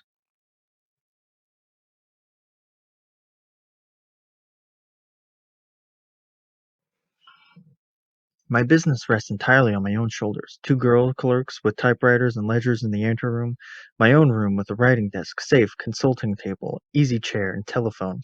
Such is my entire working apparatus. So simple to control, so easy to direct. I'm quite young and lots of business comes my way. I don't complain. I don't complain. At the beginning of the year, a young man snapped up the empty premises next to mine, which, very foolishly, I had hesitated to rent until it was too late. They also consist of a room and an anteroom, with a kitchen, however, thrown in. The room and anteroom I would certainly have found some use for. My two girl clerks feel somewhat overdriven as it is, but what would a kitchen have been to me? This petty consideration was solely responsible for my allowing the premises to be snatched from under my nose. Now that young man sits there. Harris, his name is. What he actually does there, I have no idea. On the door sign is Harris Burrow. I have made inquiries, and I am told it is a business similar to mine. One can't exactly warn people against extending the fellow credit, for after all, he is a young and pushing man who probably has a future. Yet, one can't go so far as to advise it, for by all appearances he has no assets. The usual thing said by people who don't know. Sometimes I met Harris on the stairs. He seems always to be in an extraordinary hurry, for he literally shoots past me. I have never got a good look at him yet, for his office key is always in his hand when he passes me. In a trice, he has the door open, like the tail of a rat he has slipped through, and I'm left standing again before the sign, Harris Burrow, which I have read already far oftener than it deserves. The wretchedly thin walls betray the honorable and capable man, but shield the dishonest. My telephone is fixed to the wall that separates me from my neighbor, but I single that out merely as a particular ironical circumstance, for even if it hung on the opposite wall, everything could be heard in the next room. I have accustomed myself to refrain from naming the names of my customers when speaking on the telephone to them, but of course it does not need much skill to guess the names from characteristics but unavoidable turns of the conversation. Sometimes I absolutely dance with apprehension around the telephone, the receiver at my ear, and yet can't help divulging secrets. Because of all this, my business decisions have naturally become unsure. My voice nervous. What is Harris doing while I am telephoning? If I wanted to exaggerate, and one must often do that so as to make things clear in one's mind, I might assert that Harris does not require a telephone. He uses mine. He pushes his sofa against the wall and listens, while I, at the other side, must fly to the telephone, listen to all the requests of my customers, come to difficult and grave decisions, carry out long calculations, but worst of all, during all this time, involuntarily give Harris valuable information through the wall. Perhaps he doesn't wait even for the end of the conversations, but gets up at the point where the matter has become clear to him, flies through the town with his usual haste, and before I have hung up the receiver, is already at his goal, working against me. Many complain that the words of the wise are always merely parables and of no use in daily life, which is the only life we have. When the sage says go over, he does not mean that we should cross this to some actual place, which we could do anyhow if the labor were worth it. He means some fabulous yonder, something unknown to us, something that he cannot designate more precisely either, and therefore cannot help us here in that very least. All these parables really set out to say merely that the incomprehensible is incomprehensible, and we know that already. But the cares we have to struggle with every day, that is a different matter. Concerning this, a man once said, why such reluctance? If you only followed the parables, you yourselves would become parables, and with that rid of all your daily cares. Another said, I bet that is also a parable. The first said, you have one. The second said, but unfortunately, only in parable. The first said, no, In reality, in parable, you have lost. I stand on the end platform of the tram and am completely unsure of my footing in this world. In this town and my family, not even casually could I indicate any claims that I might rightly advance in any direction. I have not even any defense to offer for standing on this platform, holding on to this strap, letting myself be carried along by this tram. Nor for the people who gave the way to the tram, or walk quietly along, or stand gazing into shop windows. Nobody asks me to put up a defense, indeed, but that is irrelevant.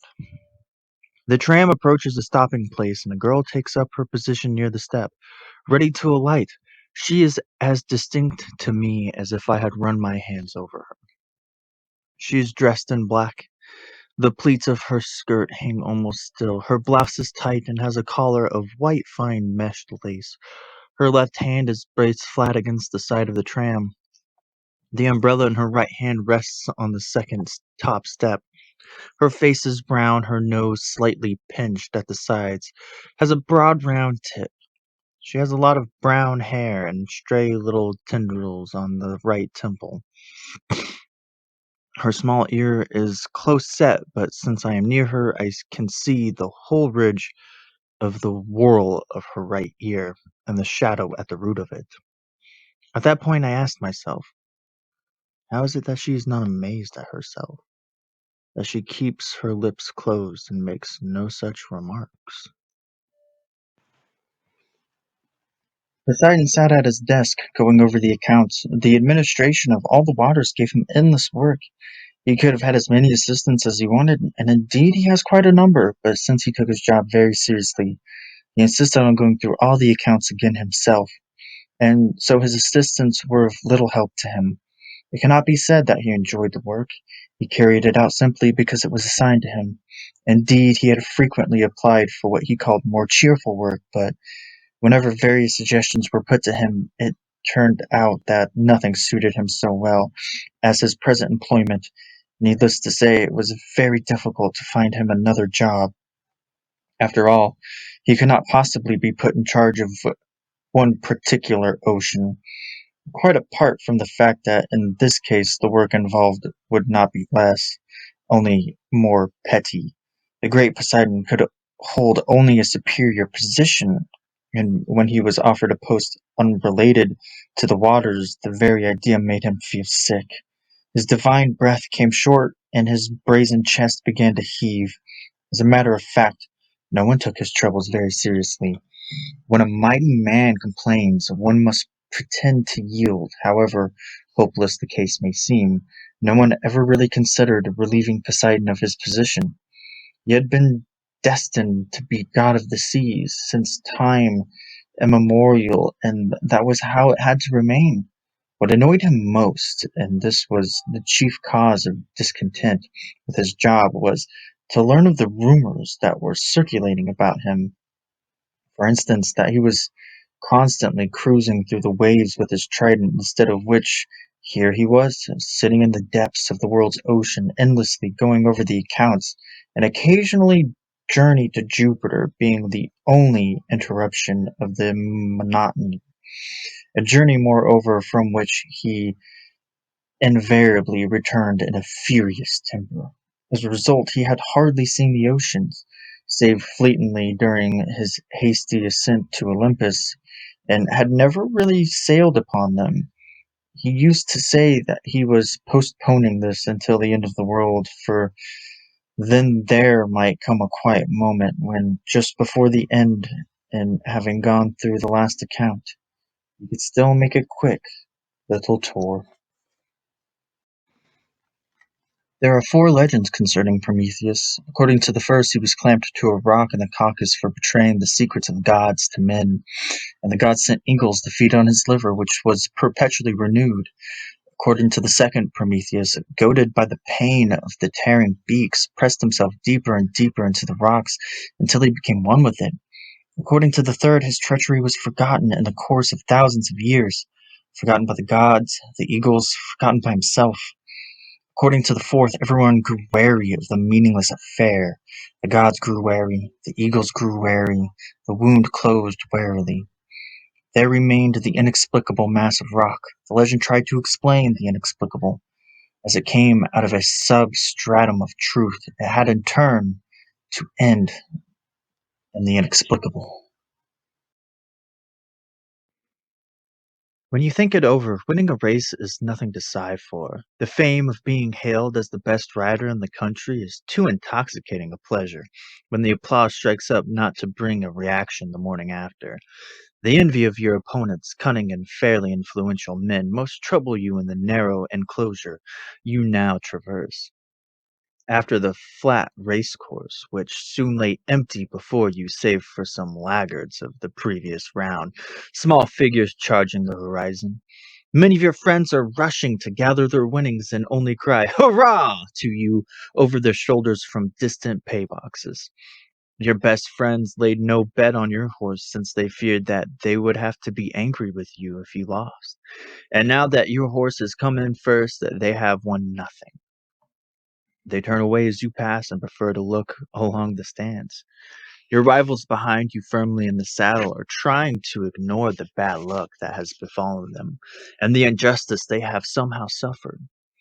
They are putting a brave new face on things as if a different race were due to start, and this time a serious one after such child's play. For many ladies, the victor cuts a ridiculous figure because he is swelling with importance and yet cannot cope with the never-ending handshaking, saluting, bowing, and waving, while the defeated keep their mouths shut and casually pat the necks of their whining horses. And finally, from the now overcast sky, rain actually begins to fall. When I meet a pretty girl and beg her, "Be so good as to come with me," and she walks past without a word, this is what she means to say. You are no duke with a famous name, no broad American with a red Indian figure, level, brooding eyes, and a skin tempered by the air of the prairies and the rivers that flow through them. You have never journeyed to the seven seas and voyaged on them, wherever they may be. I don't know where, so why, pray, should a pretty girl like myself go with you? You forget that no automobile swings you through the streets in long thrusts. I see no gentleman escorting you in a close half circle, pressing on your skirts from behind and murmuring blessings on your head. Your breasts are well laced into your bodice, but your thighs and hips make up for that restraint. You are wearing a taffeta dress, with a pleated skirt such as delighted all of us last autumn, and yet you smile, inviting mortal danger from time to time. Yes, we're both in the right, and to keep us from being irrevocably aware of it, hadn't we better just go our separate ways home? To lift yourself out of a miserable mood, even if you have to do it by strength of will, should be easy. I force myself out of my chair, stride around the table, exercise my head and neck, make my eyes sparkle, tighten the muscles around them, defy my own feelings, welcome a enthusiastically supposing he comes to see me, amiably tolerate, be in my room, swallow all that is said, at seize whatever pain and trouble it may cost me in long draughts.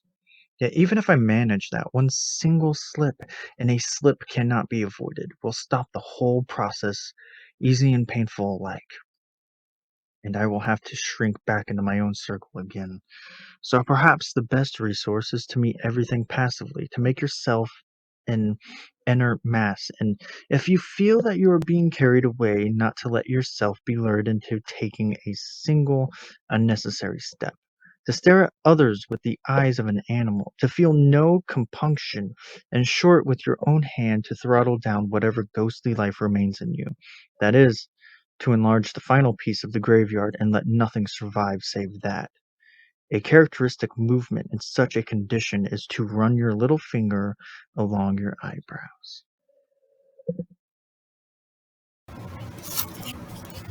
Proof that inadequate, even childish measures may serve to rescue one from peril. To protect himself from the Sirens, Ulysses stopped his ears with wax and had himself bound to the mast of his ship. Naturally, any and every traveler before him could have done the same, except those whom the Siren allured even from a great distance. but it was known to all the world that such things were of no help whatever. The song of the siren could pierce through everything, and the longing of those they seduced would have broken far stronger bonds than chains and masts.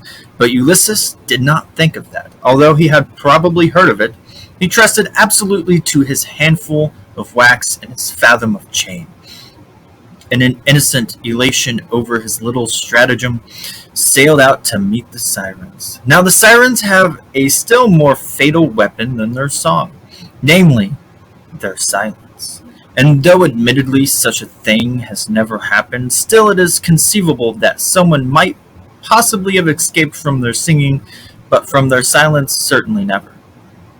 Against the feeling of having triumphed over them by one's own strength, and the consequent exaltation that bears down everything before it, no earthly powers can resist. And when Ulysses approached them, the potent songstresses actually did not sing. Whether because they thought that this enemy could be vanquished only by their silence, or because the look of bliss on the face of Ulysses, who was thinking of nothing but his wax and his change, made them forget their singing. But Ulysses, if one may so express it, did not hear their silence. He thought they were singing, and that he alone did not hear them. For a fleeting moment he saw their throats rising and falling, their breasts lifting, their eyes filled with tears, their lips half parted, but believed that they were accompaniments to the airs which died unheard around him. Soon, however, all this faded from his sight as he fixed his gaze on the distance. The Sirens literally vanished before his resolution, and at the very moments when they were nearest to him, he knew of them no longer. But they lovelier than ever stretched their necks and turned and let their awesome hair flutter free in the wind and freely stretched their claws on the rocks. They no longer had any desire to allure. All they wanted was to hold as long as they could the radiance that fell from Ulysses' great eyes. If the Sirens had possessed consciousnesses, they would have been annihilated at that moment. But they remained as they had been. All that had happened was that Ulysses had escaped them. A codicil to the foregoing has also been handed down. Ulysses, it is said, was so full of guile, was such a fox, that not even the goddess of fate could pierce his armor. Perhaps he had really noticed, although here the human understanding is beyond its depth, that the Sirens were silent, and held up to them and to the gods the aforementioned pretense, merely as a sort of shield. I was stiff and cold. I was a bridge. I lay over a ravine, my toes on one side, my fingers clutching the other. I had clamped myself fast into the crumbling clay. The tails of my coat fluttered at my sides. Far below brawled the icy trout stream. No tourist strayed to this impassable height. The bridge was not yet traced on any map, so I lay and waited. I could only wait. Without falling, no bridge, once spanned, can cease to be a bridge. It was toward evening one day. Was it the first? Was it the thousandth? I cannot tell. My thoughts were always in confusion and perpetually moving in a circle. It was toward evening in summer. The roar of the stream had grown deeper when I heard the sound of a human step. To me, to me! Straighten yourself, bridge. Make ready. Railless beams to hold up the passenger entrusted to you. If his steps are uncertain, steady them unobtrusively, but if he stumbles, show what you are made of, and like a mountain god hurl him across to land. He came, he tapped me with the iron point of his stick. Then he lifted my coat tails with it and put them in order upon me. I plunged the point of his stick into my bushy hair and let it lie there for a long time, forgetting me no doubt while he wildly gazed around him. But then I was just following him in thought over mountain and valley. He jumped with both feet on the middle of my body. I shuddered with wild pain, not knowing what was happening. Who was it? A child? A dream? A wayfarer? A suicide? A tempter? A destroyer? And I turned around so as to see him. A bridge to turn around? I had not yet turned quite around when I had already began to fall. I fell, and in a moment I was torn. and transpierced by the sharp rocks which had always gazed up at me so peacefully from the rushing water. Coal, all spent, the bucket empty, the shovel useless, the stove breathing out cold, the room freezing, the trees outside the window rigid, covered with rime, the sky a silver shield against anyone who looks for help from it. I must have coal. I cannot freeze to death. Behind me is the pitless stove, before me the pitless sky, so I must ride out between them, and on my journey seek aid from the coal dealer. He has already grown deaf to ordinary appeals. I must prove irrefutably to him that I have not a single grain of coal left, and that he means to me the very sun in the firmament. I must approach like a beggar, who with the death rattle already in his throat insists on dying on the doorstep, and to whom the cook accordingly decides to give the dregs of the coffee pot. Just so must the coal dealer, filled with rage, but acknowledging the command, "Thou shalt not kill," fling a shovelful of coal into my bucket. My mode of arrival must decide the matter. So I ride off on the bucket, seated on the bucket, my hands on the handle, the simplest kind of brittle. I propel myself with difficulty down the stairs. But once downstairs, my bucket ascends superbly. Camels humbly squatting on the ground do not rise with more dignity, shaking themselves under the sticks of their drivers. Through the hard frozen streets we go at a regular canter. Often I am upraised as high as the first story of a house. Never do I sink as low as the house doors. And at last I float at an extraordinary height above the vaulted cellar of the dealer, whom I see far below crouching over his table, where he is writing. He has opened the door to let out the excessive heat. "Coal dealer!" I cry in a voice burned hollow by the frost, and muffled in the cloud made by my breath. "Please, coal dealer, give me a little coal. My bucket is so light that I can ride on it. Be kind. When I can, I'll pay you." The dealer puts his hand to his ear. "Do I hear right?" He throws the question over his shoulder to his wife. "Do I hear right? A customer?" "I hear nothing," says his wife, breathing in and out peacefully while she knits on, her back pleasantly warmed by the heat. "Oh, yes, you must hear," I cry. "It's me, an old customer, faithfully and true, only without means at the moment."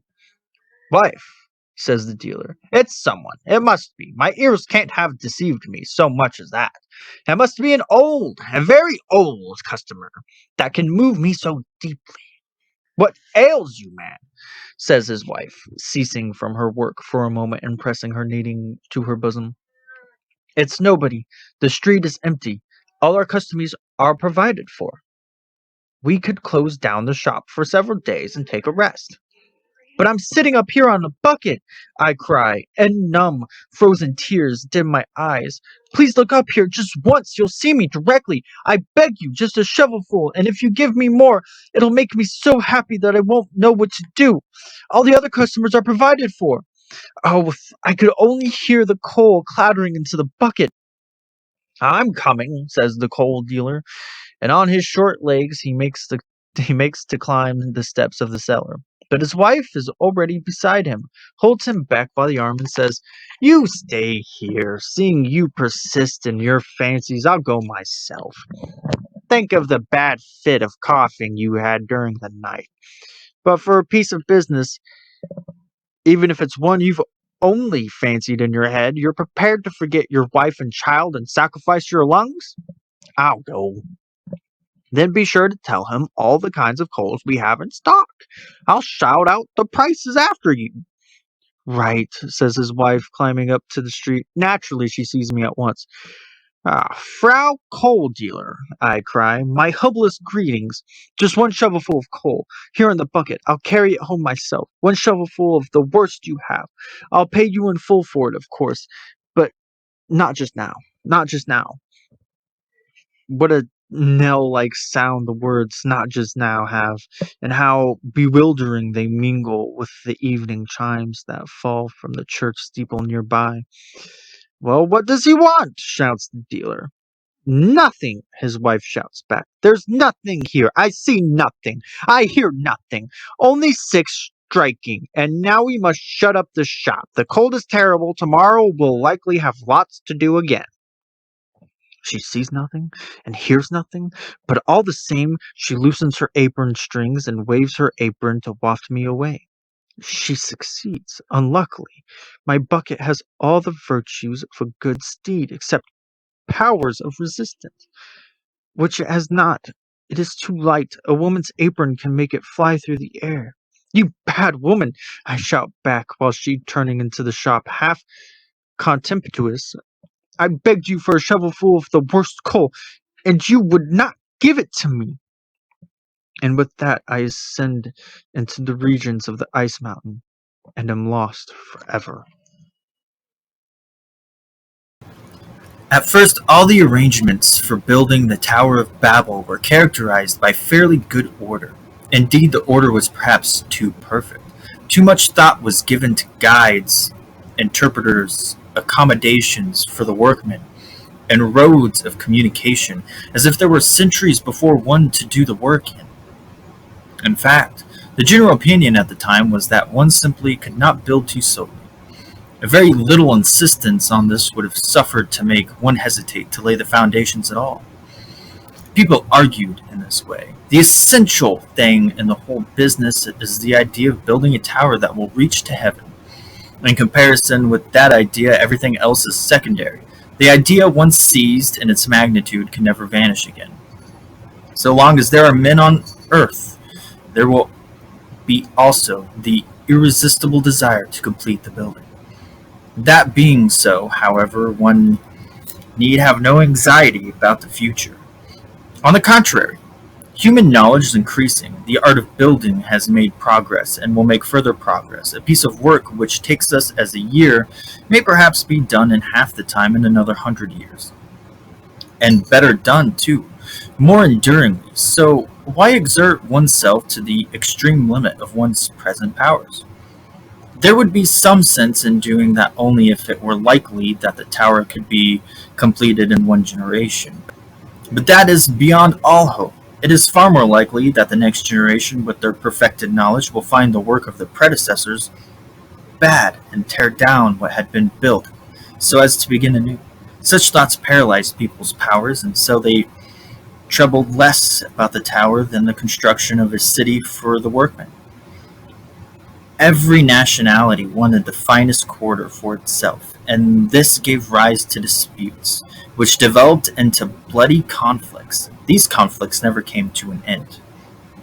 To the leaders, they were a new proof that, in the absence of the necessary unity, the building of the tower must be done very slowly, or indeed, preferably postponed until universal peace was declared. But the time was spent not only in conflict.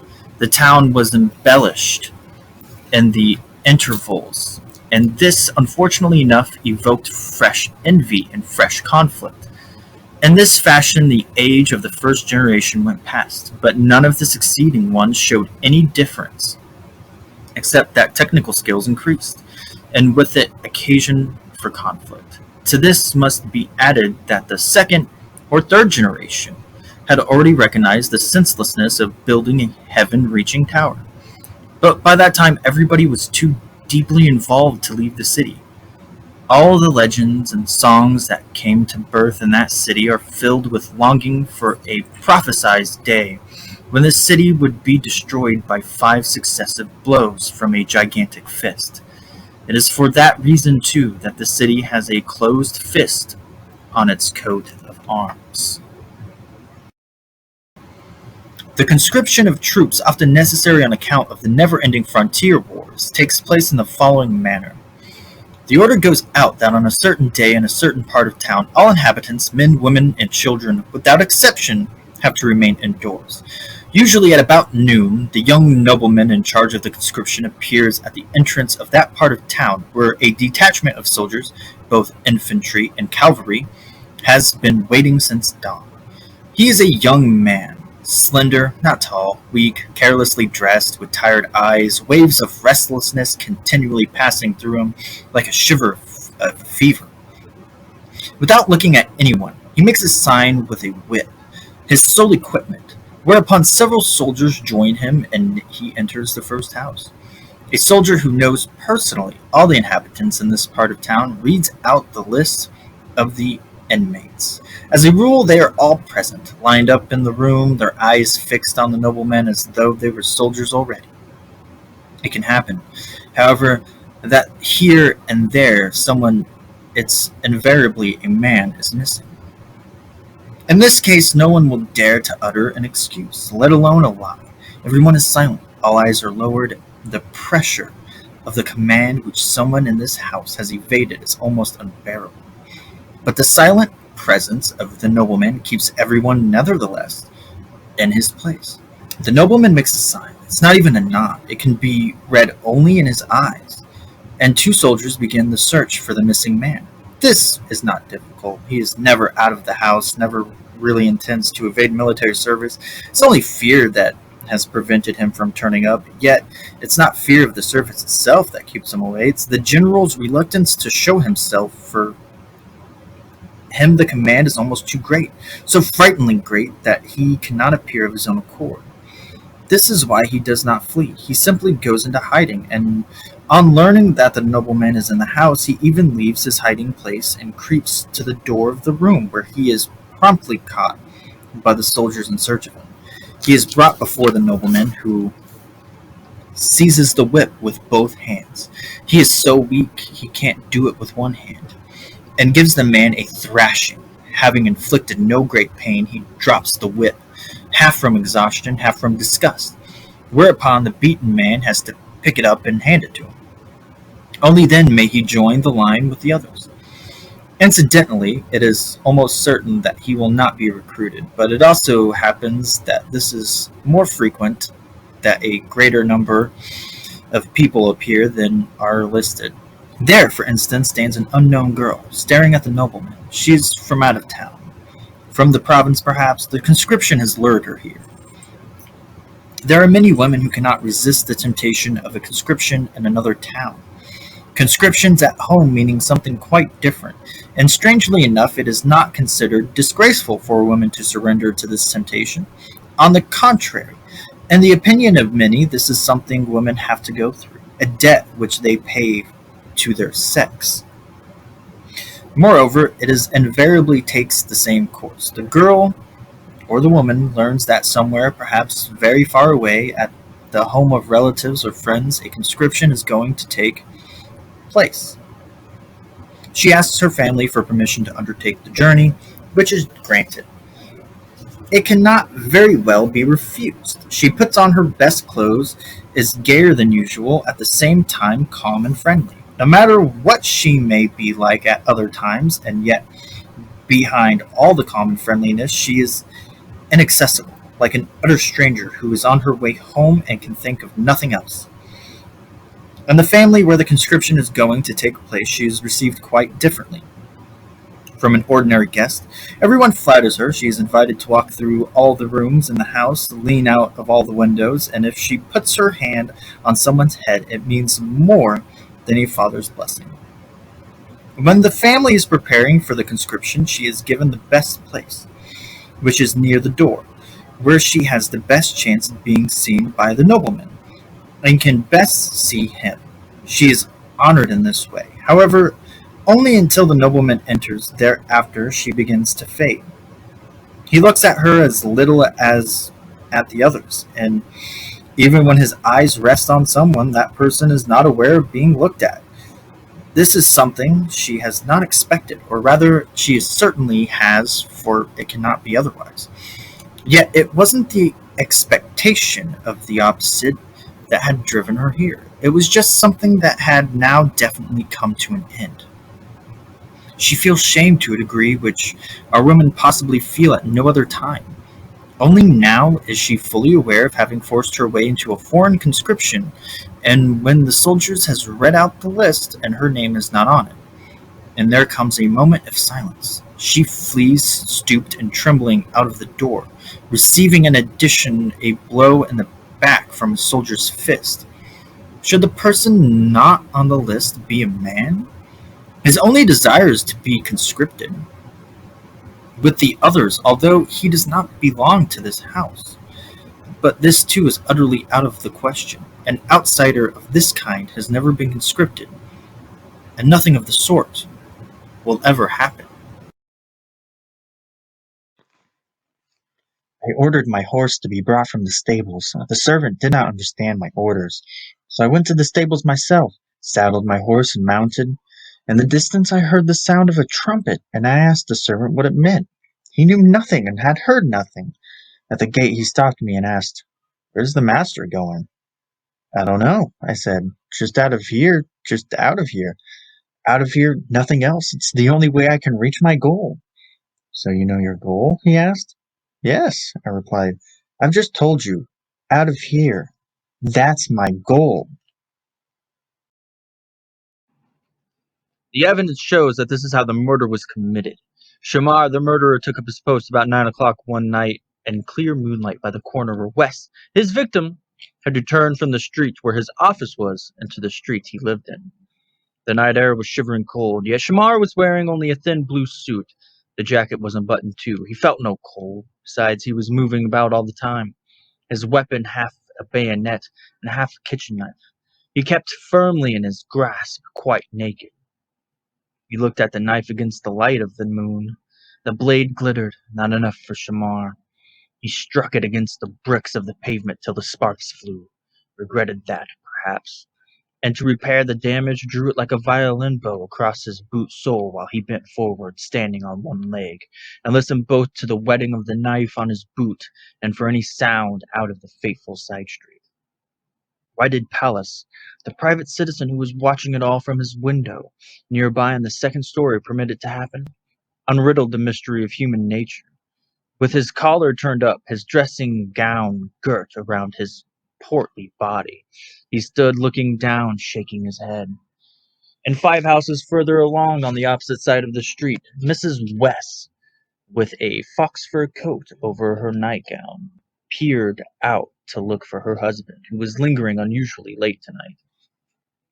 At last, there rang out the sound of the doorbell before Wes's office, too loud for a doorbell, right over the town and up to heaven, and Wes, the industrious night worker, issued from the building, still invisible in that street, only heralded by the sound of the bell.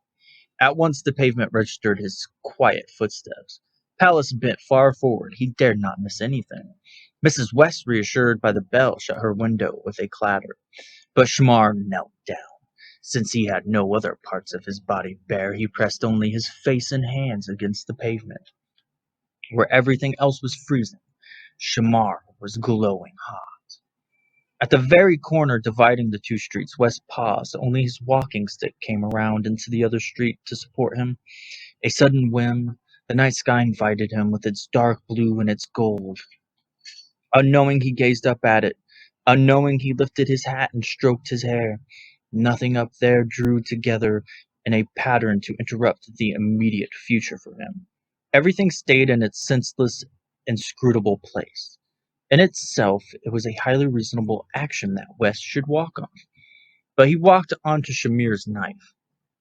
"Wes!" shrieked Shamar, standing on tiptoe, his arm outstretched, the knife sharply lowered. "Wes! You will never see Julia again!" And right into the throat, and left into the throat, and a third time deep into the belly stabbed Shamar's knife. Water rats slit open, gave out such a sound as came from Wes. "Done!" said Shamar, and pitched the knife, now superfluously blood-stained ballast, against the nearest house front. The bliss of murder, the relief, the soaring ecstasy from the shedding of another's blood. Wes, old night-bird friend, alehouse crony, you are oozing away into the dark earth below the street. Why aren't you simply a bladder of blood so that I could stamp on you and make you vanish into nothingness? Not all we want comes true. Not all the dreams that blossomed have borne fruit.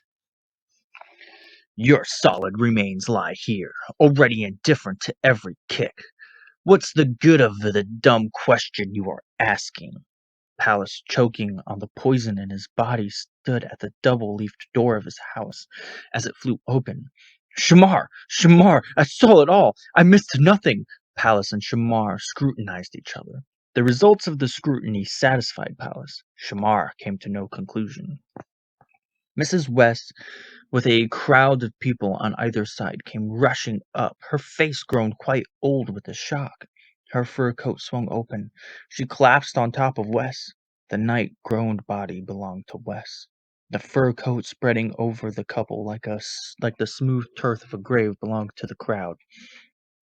Shamar, fighting down with difficulty the last of his nausea, pressed his mouth against the shoulder of the policeman, who, stepping slightly, led him away. Am I not the helmsman here? I called out. You? Asked a tall, dark man and passed his hands over his eyes as though to banish a dream. I'd been standing at the helm in the dark night, a feeble lantern burning over my head, and now this man had come and tried to push me aside. As I would not yield, he put his foot on my chest and slowly crushed me while I still clung to the hub of the helm, wrenching it around and falling. But the man seized it and pulled it back in place and pushed me away. I soon collected myself, however, ran to the hatchway which gave on to the mess quarters, and cried out, "Men, comrades, come here, quick! A stranger has driven me away from the helm." Slowly they came up, climbing the companion ladder, tried swaying, powerful figures. "Am I the helmsman?" I asked. They nodded, but they had eyes only for the stranger, stood around him in a semicircle, and when in a commanding voice he said, "Don't disturb me," they gathered together, nodded at me, and withdrew down the companion ladder. What kind of people are these? Do they ever think, or do they only shuffle pointlessly over the earth? Business in general is so bad that sometimes when my work in the office leaves me a little time, I myself pick up the case of samples and call on my customers personally. Long since I had intended to visit sometime among others in with whom I once had a constant business relation, which, however, during the last year have almost completely lapsed for some reason unknown to me. Besides, there need not always be real reasons for such disruptions. In the present unstable state of affairs, often a mere nothing, a mood, will turn the scale, and in the same way, a mere nothing, a word, can put things right again. To gain admittance to N, however, is a somewhat ticklish business. He's an old man, grown somewhat infirm too of late, and though he still insists on attending to business matters himself, he is hardly ever to be seen in his office. If you want to speak to him, you have to go to his house, and one likes to put off a business call of that kind. Last evening, after 6, I nevertheless set out for his house. It was really no time for paying calls, but my visit, after all, was a business, not a social one, and one might be regarded accordingly. I was in luck, and was in.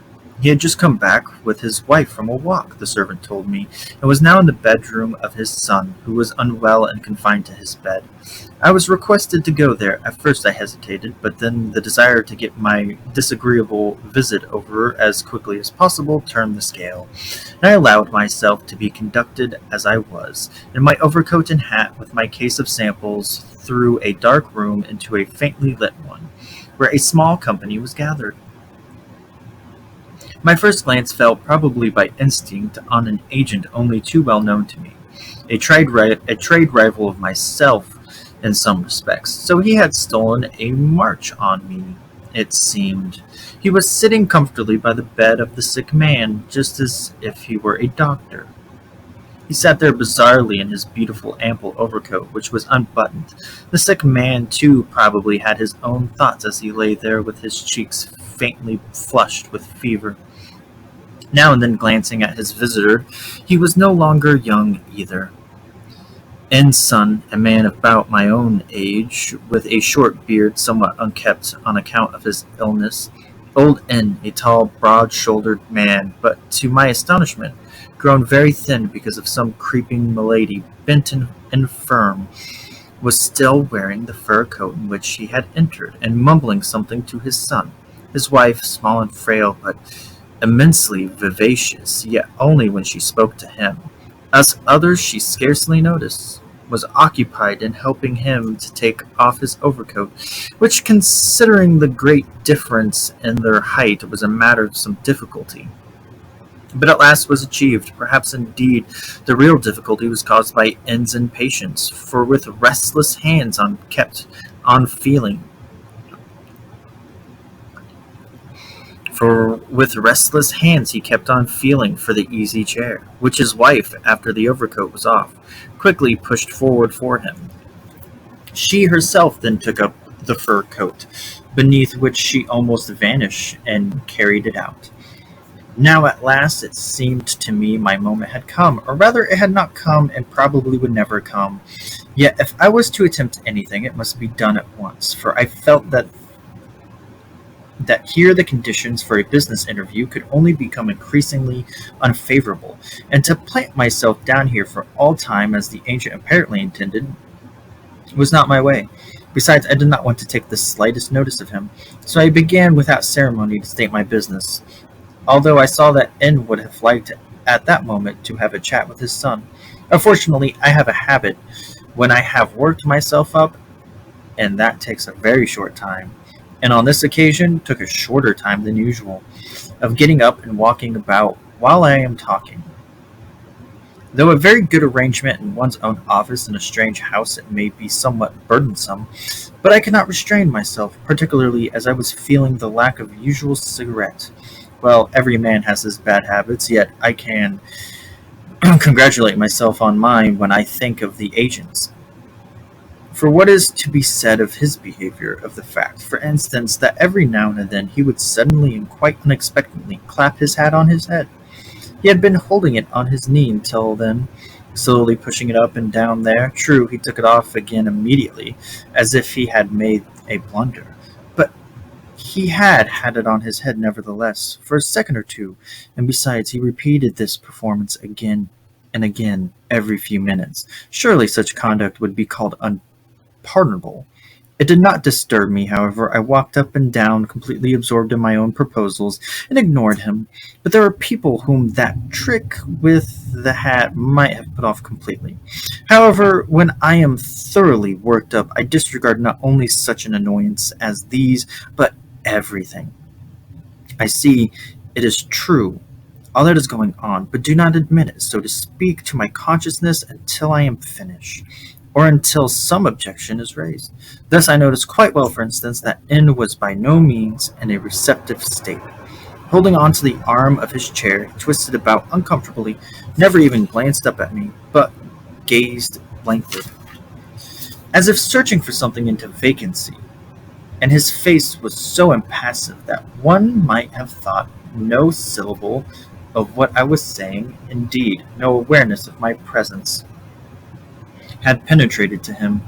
Yes, his whole bearing, the bearing of a sick man, and itself inauspicious for me, I took in quite well. Nevertheless, I talked on as if I had still some prospect of putting everything right again. By my talk, by my advantageous offers I made, I myself was alarmed by the concessions I granted, concessions that had not even been asked for. It gave me a certain satisfaction also to notice that the agent, as I verified by a fleeting glance, had at last left his hat in peace and folded his arms across his chest. My performance, which was partly, I must confess, intended for him, seemed to have given a severe blow to his designs, and in the elation produced by this result, I might perhaps have gone on talking for a long time still, if the son whom until now I had regarded as a secondary factor in my plans had not suddenly raised himself in his bed and pulled me up by shaking his fist. Obviously, he wanted to say something, to point out something, but he had not strength enough. At first I thought that his mind was wandering, but when I involuntarily glanced at old N, I understood better. N sat with wide open, glassy, bulging eyes, which seemed on the point of failing. He was trembling, and his body was bent forward as if someone were holding him down or striking him in the shoulders. His lower lip, and indeed the lower jaw itself with the exposed gums, hung down helplessly. His whole face seemed out of joint. He still breathed, though with difficulty, but then, as if released, he fell back against the back of the chair, closed his eyes, and the mark of some great strain passed over his face and vanished. And all was over. I sprang to him and seized his lifeless hand, which was so cold that it sent a chill through me. No pulse beat there now. So it was all over. Still, he was a very old man. We would be fortunate if we all had such an easy death. But how much there was to be done. And what should one do first? I looked around for help, but the sun had drawn the bedclothes over his head, and I could hear his wild sobbing. The agent, cold as a fish, sat immovably on his chair, 2 steps from in, and was obviously resolved to do nothing, to wait for what time would bring. So only I was left to do something, and the hardest thing that anyone could be asked to do, that was to tell the news to his wife in some bearable form, in a form that did not exist. In other words, and already I could hear her eager shuffling steps in the next room.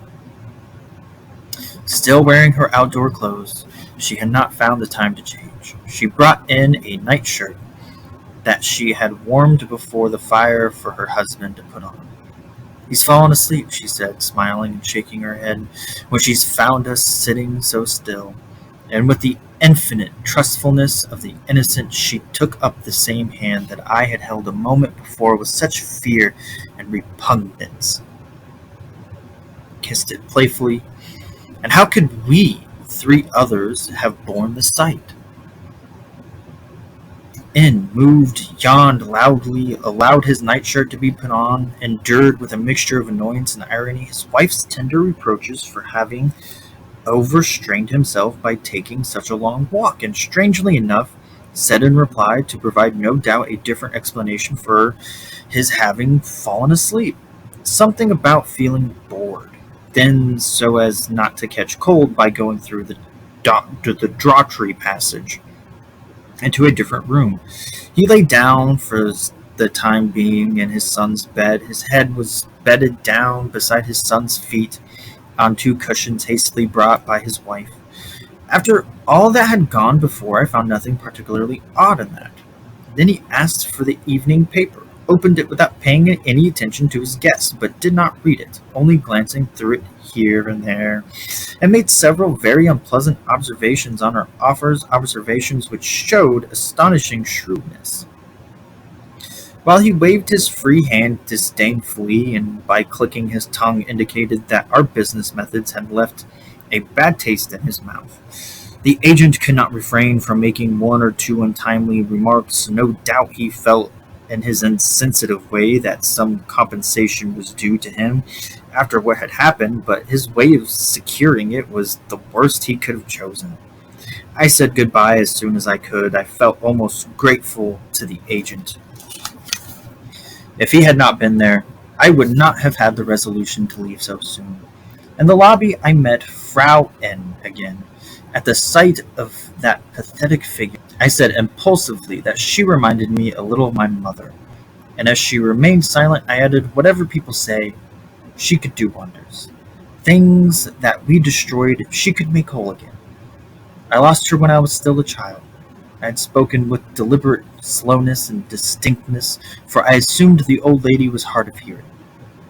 But she must have been quite deaf, for she asked without transition, "And how does my husband look to you?" From a few parting words I noticed, moreover, that she confused me with the agent. I like to think that otherwise she would have been more forthcoming. Then I descended the stairs. The descent was more tiring than the ascent had been, and not even that had been easy. Oh, how many business calls come to nothing, and yet one must keep going. We have a new advocate, Dr. Boosphilus. There is a little in his appearance to remind you that he was once Alexander of Macedon's battle charger. Of course, if you know his story, you are aware of something. But even a simple usher whom I saw the other day on the front steps of the law courts, a man with a professional appraisal of the regular small bettor at a racecourse was running an admiring eye over the advocate as he mounted the marble steps with a high action that made them ring beneath his feet. In general, the bar approves the admission of Bucephalus with astonishing insight. People tell themselves that modern society being what it is, Bucephalus is in a difficult position, and therefore considering also his importance in the history of the world, he deserves at least a friendly reception. Nowadays it cannot be denied, there is no Alexander the Great. There are plenty of men who know how to murder people. The skill needed to reach over a banqueting table and pink a friend with a lance is not lacking, and for many, Macedonia is too confining, so that they curse Philip the father, but no one, no one at all can blaze a trail to India. Even in his day, the gates of India were beyond reach, yet the king's sword pointed the way to them. Today, the gates have receded to remoter and loftier places. No one points the way. Many carry swords, but only to brandish them, and the eye that tries to follow them is confused. So perhaps it is really best to do as Bucephalus has done and absorb oneself in law books. In the quiet lamplight, his flanks unhampered by the thighs of a rider, free and far from the clamor of battle, he reads and turns the pages of our ancient tomes. My grandfather used to say, "Life is astoundingly short." To me, looking back over it, life seems so foreshortened that I scarcely understand, for instance, how a young man can decide to ride over to the next village without being afraid that, not to mention accidents, even the span of a normal happy life may fall far short of the time needed for such a journey.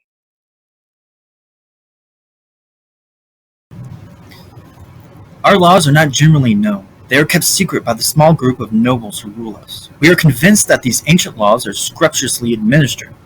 Nevertheless, it is an extremely painful thing to be ruled by laws that no one does not know. I am not thinking of possible discrepancies that may arise in the interpretation of the laws, or the disadvantages involved when only a few and not the whole people are allowed to have a say in their interpretation. These disadvantages are perhaps of no great importance, for the laws are very ancient. Their interpretations has been the work of centuries and has itself doubtless acquired the stature of law.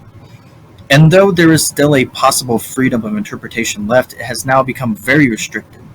Moreover, the noble have obviously no cause to be influenced in their interpretation by personal interest inimical to us, for the laws were made to the advantage of the nobles from the very beginning. They themselves stand above the law, and that seems to be why the laws were entrusted exclusively into their hands. Of course, there is wisdom in that. Who doubts the wisdom of the ancient laws? But also hardships for us. Probably that is unavoidable. The very existence of these laws, however, is at most a matter of presumption. There is a tradition that they exist and that they are a mystery confided to the nobility, but it is not and cannot be more than a mere tradition sanctioned by age, for the essence of a secret code is that it should remain a mystery. Some of us among the people have attentively scrutinized the doings of the nobility since the earliest times and possess records made by our forefathers, records which we have consciously continued, and claim to recognize amid the countless number of facts certain main tendencies which permit of this or that historical formulation. But when in accordance with these scrupulously tested and logical ordered conclusions we seek to adjust ourselves somewhat for the present or the future, everything becomes uncertain, and our work seems only an intellectual game. For perhaps these laws that we are trying to unravel do not exist at all. There is a small party who are actually of this opinion and who try to show that, if any law exists, it can only be this. The law is whatever the nobles do. This party sees everywhere only the arbitrary acts of the nobility, and reject the popular tradition, which, according to them, possesses only certain trifling and incidental advantages that do not offset its heavy drawbacks, for it gives the people a false deceptive, and overconfident security and comforting coming events.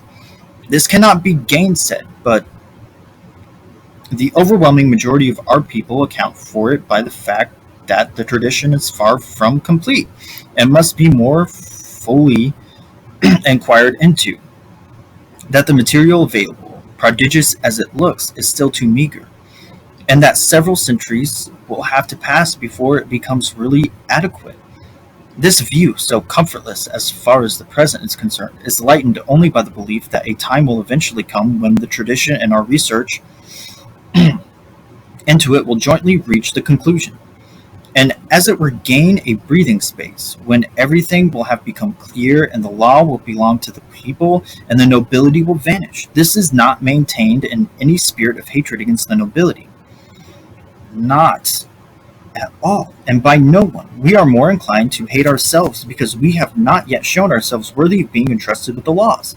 And that is the real reason why the party who believe that there is no law have remained so few, although their doctrine is in certain ways so attractive, for it unequivocally recognizes the nobility and its right to go on existing.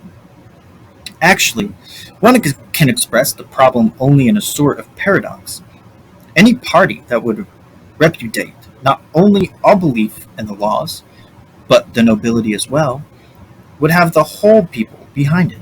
Yet no such party can come into existence, for nobody would dare to repudiate the nobility. We live on this razor's edge. A writer once summed the matter up in this way: the sole visible and indubitable law that is imposed upon us is the nobility. And must we ourselves deprive ourselves of that one law? Whoever leads a solitary life and yet now and then wants to attach himself somewhere, whoever, according to changes in the time of day, the weather, the state of his business, and the like, suddenly wishes to see any arm at all to which he might cling, he will not be able to manage for long without a window looking on to the street.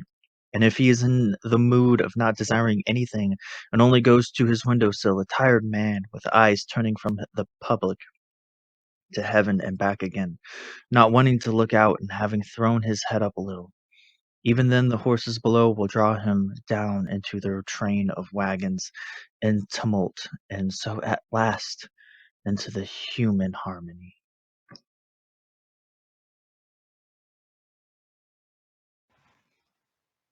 I am a servant. There is no work for me. I am timid and don't push myself to the fore. Indeed, I don't even push myself into line with the others. But that is only one reason for my non-employment. It's even possible that it has nothing to do with my non-employment. In any case, the main thing is that I am not called upon to serve. Others have been called, yet they have not tried harder than I. Indeed, perhaps they have not even felt the desire to be called, whereas I, at least sometimes, have felt it very strongly. So I lie on the pallet in the servants' hall, stare at the beams in the ceiling, fall asleep, wake up, and promptly fall asleep again. Occasionally I walk over to the tavern where they sell a sour beer. Occasionally I have even poured away a glass in disgust, but at other times I drink it. I like sitting there because from behind the closed little window, without the possibility of being discovered, I can see across to the windows of our house. Not that one sees very much there, to my knowledge. Only the windows of the corridors look out to the street, and moreover, not even those of the corridors leading to my employer's apartment. But it is also possible that I am mistaken. Someone without my having asked him once said so, and the general impression of this house front confirms this. Only rarely are the windows open, and when this does occur, it is done by a servant who may lean against the balustrade to look down for a while. It follows, therefore, that these are corridors where he cannot be taken by surprise. As a matter of fact, I am not personally acquainted with these servants. Those who are permanently employed upstairs sleep elsewhere, not in my room. Once, when I arrived at the tavern, a guest was sitting at my observation post. I did not dare look at him closely. I was about to turn around in the door and leave. The Guest, however, called me over, and it turned out that he too was a servant whom I had once seen somewhere before, but without having spoken to him. Why do you want to run away? Sit down and have a drink, I'll pay. So I sat down. He asked me several things, but I couldn't answer. Indeed, I didn't even understand his question, so I said, perhaps you are sorry now that you invited me, so I'd better go. I was about to get up, but he stretched his hand out over the table and pressed me down. Stay, he said. That was only a test. He who does not answer the questions has passed the test.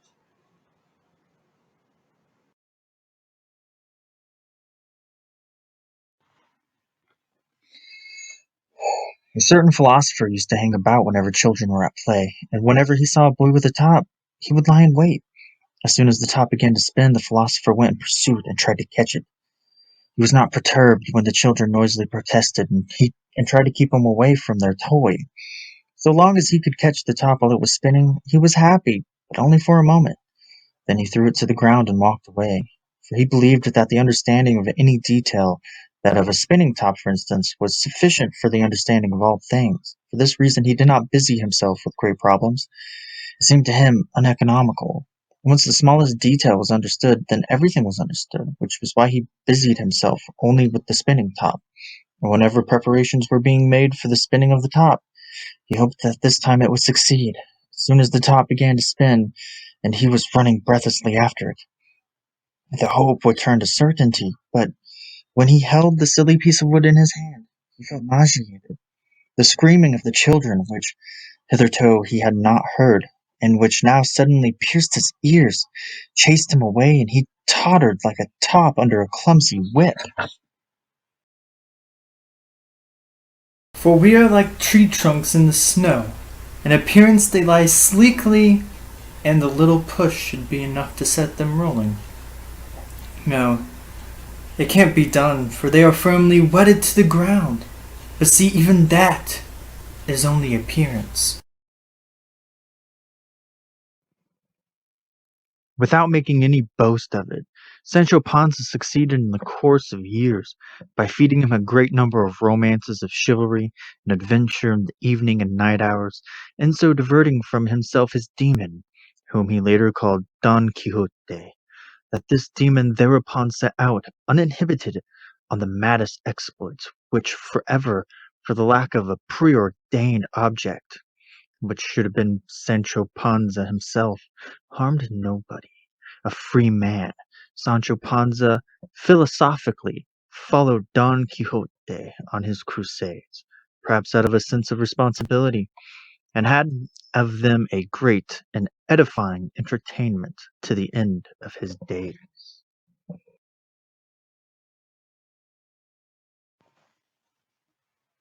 A vulture was hacking at my feet. It had already torn my boots and stockings to shreds. Now it was hacking at the feet themselves. Again and again it struck at them, then circled several times restlessly around me, then returned to continue its work. The gentleman passed by, looked on for a while, then asked me why I suffered the vulture. I'm helpless, I said. When it came and began to attack me, I, of course, tried to drive it away, even to strangle it. But these animals are very strong. It was about to spring at my face, but I preferred to sacrifice my feet. Now they were almost torn to bits. Fancy letting yourself be tortured like this, said the gentleman. One shot and that's the end of the pleasure, said the gentleman. I've only got to go home and get my gun. Could you wait another half hour? I'm not sure about that, said I, and stood for a moment rigid with pain. Then I said, do try it in any case, please. Very well, said the gentleman. I'll be as quick as I can. During this conversation the vulture had been calmly listening, letting its eyes rove between me and the gentleman. Now I realized that I had understood everything. It took wing, leaned far back to gain impetus, and then, like a javelin thrower, thrust its beak through my mouth, deep into me. Falling back, I was relieved to feel him drowning irretrievably in my blood, which was feeling every depth, flooding every shore.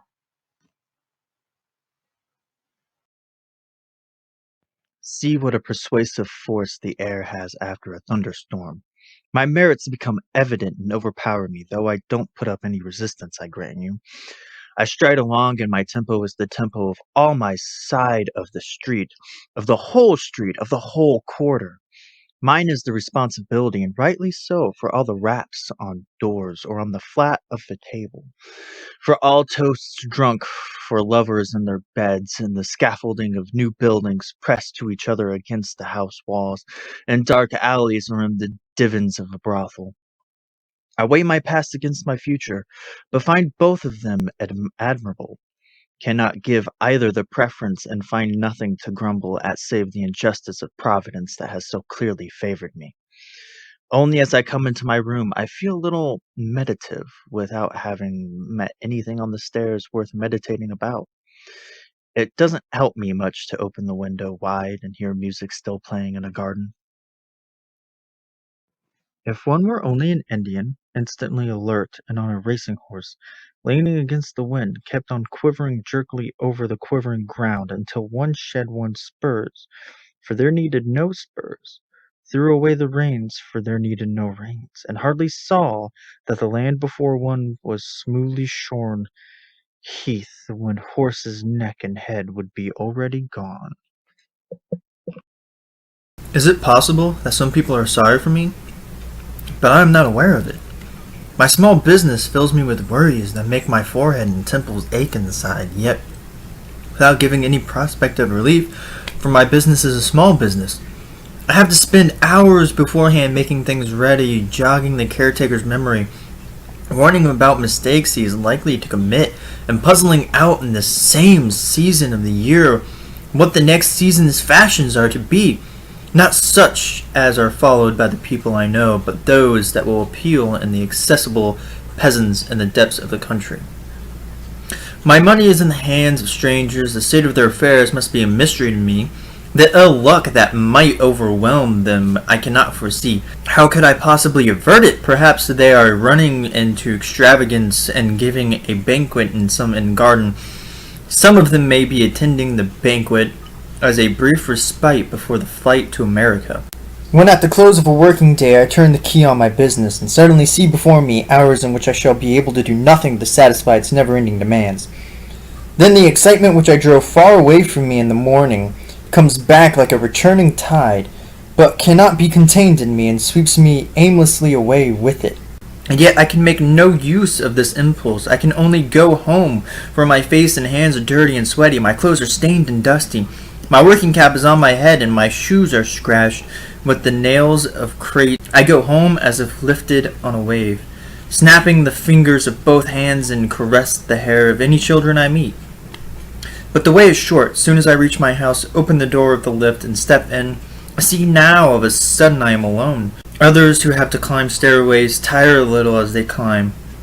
I have to wait with quick, panting breath till someone opens the door of the flat, which gives them an excuse for being irritable and impatient. Have to traverse the hallways where hats are hung up, and not until they go down the lobby, past several glass doors, and come into their own room are they alone. But I am alone in the lift. Immediately and on my knees gaze into the narrow looking glass. As the lift begins to rise, I say, "Quiet now. Back with you. It is the shadows of the trees you want to make for, or behind the window curtains, or into the garden arbor." I say that behind my teeth, and the staircase flows down past the opaque glass panes like running water. Fly then! Let your wings, which I have never seen, carry you into the village hollow, or as far as Paris, if that's where you want to go. But enjoy yourselves.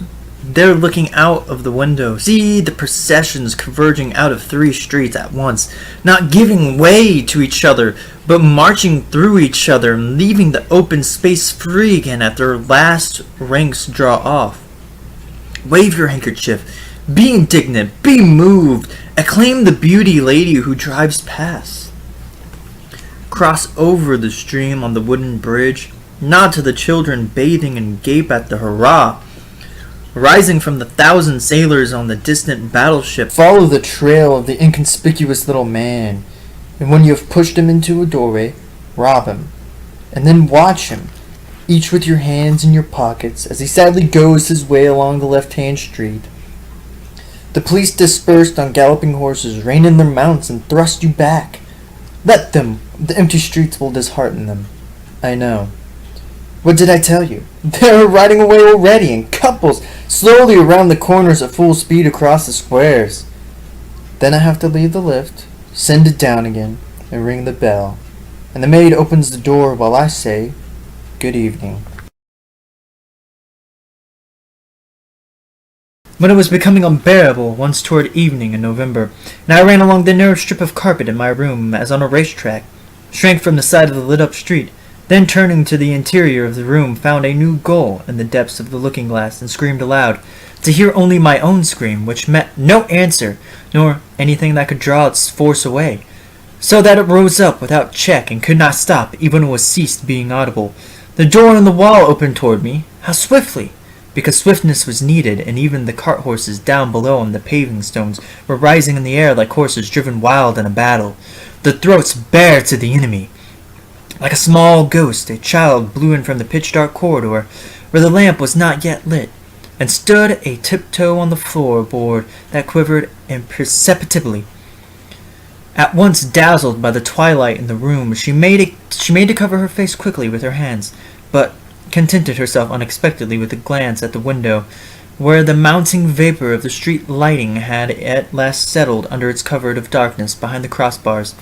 With her right elbow she supported herself against the wall in the open doorway, and let the drop from outside play along her ankles, her throat, and her temples. I gave her a brief glance, then said, "Good day," and then took my jacket from the hood of the stove, since I didn't want to stand there half undressed. For a little while I let my mouth hang open, so that my agitation could find a way out. I had a bad taste in my mouth, my eyelashes were fluttering on my cheeks. In short, this visit, though I had expected it, was the one thing needful. The child was still standing by the wall in the same spot. She had pressed her right hand against the plaster, and was quite taken up with finding her cheek all pink, that the whitewashed walls had a rough surface and chafed her fingertips. I said, "Are you really looking for me? Isn't there some mistake? Nothing easier than to make a mistake in this big building. I'm called so-and-so, and I live on the 3rd floor.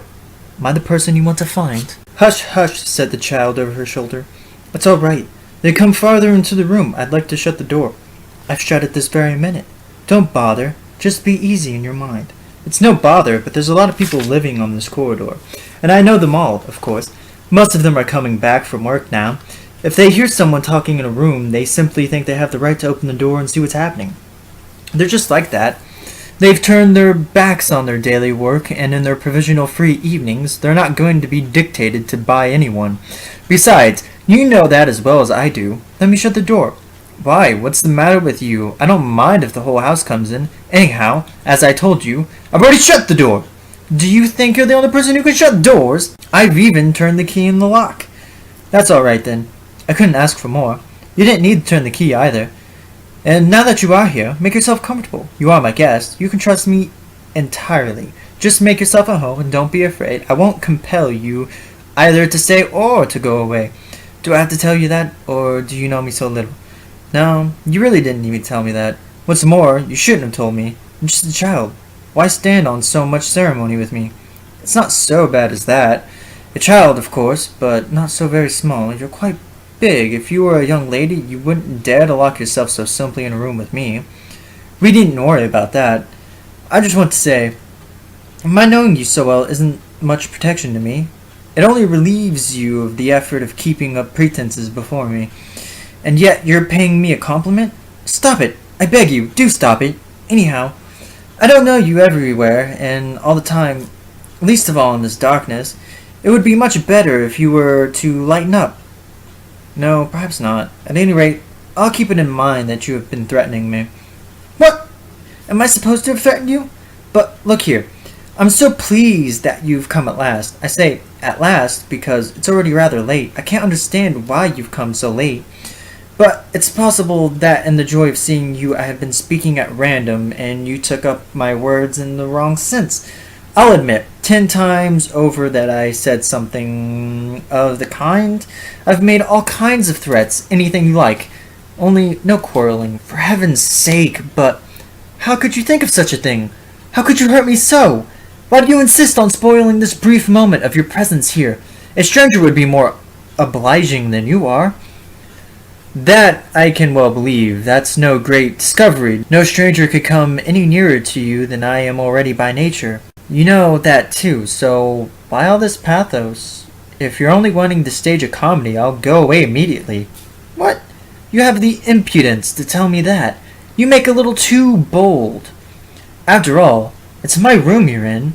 It's my wall. You're rubbing your fingers on like mad. My room, my wall. And besides, what you are saying is ridiculous as well as impudent. You say your nature forces you to speak to me like that. Is that so? Your nature forces you to? That's kind of your nature. Your nature is mine, and I feel friendly to you by nature. Then you mustn't be anything else. Is that friendly? And speaking of earlier on, do you know how I'll be later on? I don't know anything. And I went to the bed table and lit the candle on it. At that time, I had neither gas nor electric light in the room. Then I sat for a while at the table till I got tired of it, put on my greatcoat, took my hat from the sofa, and blew out the candle. As I went out, I tripped over the leg of the chair. On the stairs, I met one of the tenants from my floor. "Going out again already, you rascal?" he asked, pausing with his legs firmly straddled over 2 steps. "What can I do? I've just had a ghost in my room." "You say that exactly as if you had just found a hair in your soup. You're making a joke of it. But let me tell you, a ghost is a ghost. How true. But what if one doesn't believe in ghosts at all?" "Well, do you think I believe in ghosts? But how can my not believing help me?" "Quite simply, you don't need to feel afraid if a ghost actually turns up. Oh, that's only a secondary fear. The real fear is a fear of what caused the apparition. And that fear doesn't go away. I have it fairly powerful inside me now. Out of sheer nervousness, I began to hunt through all my pockets. But since you weren't afraid of the ghost itself, you could easily have asked it how it came to be there. Obviously, you've never spoken to ghosts. One never gets straight information from them. It's just hither and thither. The ghosts seem to be more dubious about their existence than we are, and no wonder considering how frail they are. But I've heard that one can fatten them up." "Oh, how well informed you are!" "It's quite true, but is anyone likely to do that?" "Why not? If it were a feminine ghost, for instance," said he, swinging onto the top step. "Ah!" said I. "But even then it's not worthwhile. I thought of something else. My neighbor was already so far up that, in order to see me, he had to bend over the well of the staircase." "All the same," I called up, "if you steal my ghost from me, all is over between us. Forever."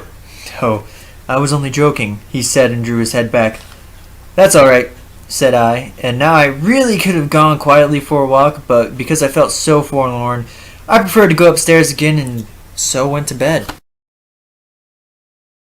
At last, about 10 o'clock at night, I came to the doorway of the fine house where I was invited to spend the evening.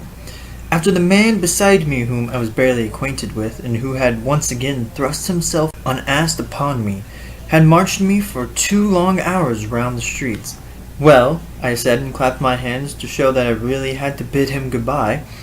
I'd already made several less explicit attempts to get rid of him. I was tired out. "Are you going straight in?" he asked. I heard a sound in his mouth that was like the snapping of teeth. "Yes. I had been invited out. I told him when I met him, but it was to enter a house where I longed to be that I had been invited, not to stand here at the street door looking past the ears of the man before me, nor to fall silent with him as if we were doomed to stay for a long time on this spot. And yet the houses around us at once took a share in our silence, and the darkness over them all the way up to the stars, and the steps as invisible passer-byers which one could not take the trouble to elucidate, and the wind persistently buffering the other side of the street, and a gramophone singing behind the closed windows of some room. They all announced themselves in the silence as if it were their own possession for the time past and to come, and my companion subscribed to it in his own name, and with a smile, and mine too, stretched his right arm up along the wall and leaned his cheek upon it, shutting his eyes. But I did not wait to see the end of that smile, for shame suddenly caught hold of me. It had needed that smile to let me know that the man was a confidence trickster, nothing else. And yet, I had been months in the town and thought I knew all about confidence tricksters. How they had slinking out of the side streets by night to meet us with outstretched hands like tavern keepers.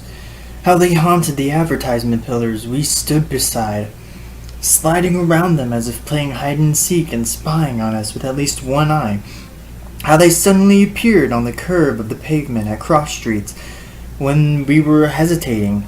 I understood them so well. They were the first acquaintances I had made in the town's small taverns, and to them I owe my first inklings of ruthless hardness which I was now so conscious of. Everywhere on earth that I was even beginning to feel it in myself, how persistently they blocked our way even when we had long shaken ourselves free, even when, that is, they had nothing more to hope for. How they refused to give up, to admit defeat, but keep shooting glances at us even from the distance were still compelling. And the means they employed were always the same. They planted themselves before us, looking as large as possible, tried to hinder us from where we reposed, offered us instead a habitation in their own bosoms, and when at last all our balked feelings rose in revolt, they welcomed that like an embrace into which they threw themselves face foremost. And it had taken me such a long time in this man's company to recognize the same old game. I rubbed my fingertips together to wipe away the disgrace. My companion was still leaning there as before, still believing in himself a successful trickster, and his self-complacency glowed pink on his free cheek. "Caught in the act," said I, tapping him lightly on the shoulder. Then I ran up the steps, and the disinterested devotion on the servants' faces in the hall delighted me like an unexpected treat. I looked at them all, one after another, while they took my greatcoat off and wiped my shoes clean. With a deep breath of relief and straightening myself to my full height, I then entered the drawing room. If some frail consumptive equestrian in the circus were to be urged around and around on an undulating horse for months on end without respite by a ruthless whip-flourishing ringmaster, before an insatiable public whizzing along on her horse, throwing kisses, swaying from the waist, and if this performance were likely to continue in the infinite perspective of a drab future to the unceasing roar of the orchestra and hum of the ventilators accompanied by ebbing and renewed swelling bursts of applause which are rarely steam hammers, then perhaps a young visitor to the gallery might race down the long stairs through all the circles, rush into the ring, and yell, "Stop!" against the fanfares of the orchestra still playing the appropriate music. But since that is not so, a lovely lady, pink and white, floats in between the curtains which proud lackeys open before her. The ringmaster, deferentially catching her eye, comes towards her, breathing animal devotion, tenderly lifts her up on the dapple gray, as if she were his own most precious granddaughter about to start on a dangerous journey. Cannot make up his mind to give the signal with his whip. Finally masters himself enough to crack the whip loudly. Runs along beside the horse, open-mouthed. Follows with a sharp eye the leaps taken by its rider. Finds her artistic skill almost beyond belief. Calls to her with English shouts of warning. Angrily exhorts the grooms who hold the hoops to be most closely attentive. Before the great somersault, lifts up his arms and implores the orchestra to be silent, finally lifts the little one down from her trembling horse, kisses her on both cheeks, and finds that all the ovation she gets from the audience is barely sufficient, while she herself, supported by him, right up on the tips of her toes, in a cloud of dust, with outstretched arms and small head thrown back, invites the whole circus to share her triumph. Since that is so, the visitor to the gallery lays his face on the rail before him, and sinking into the closing march as into a heavy dream, weeps without knowing it.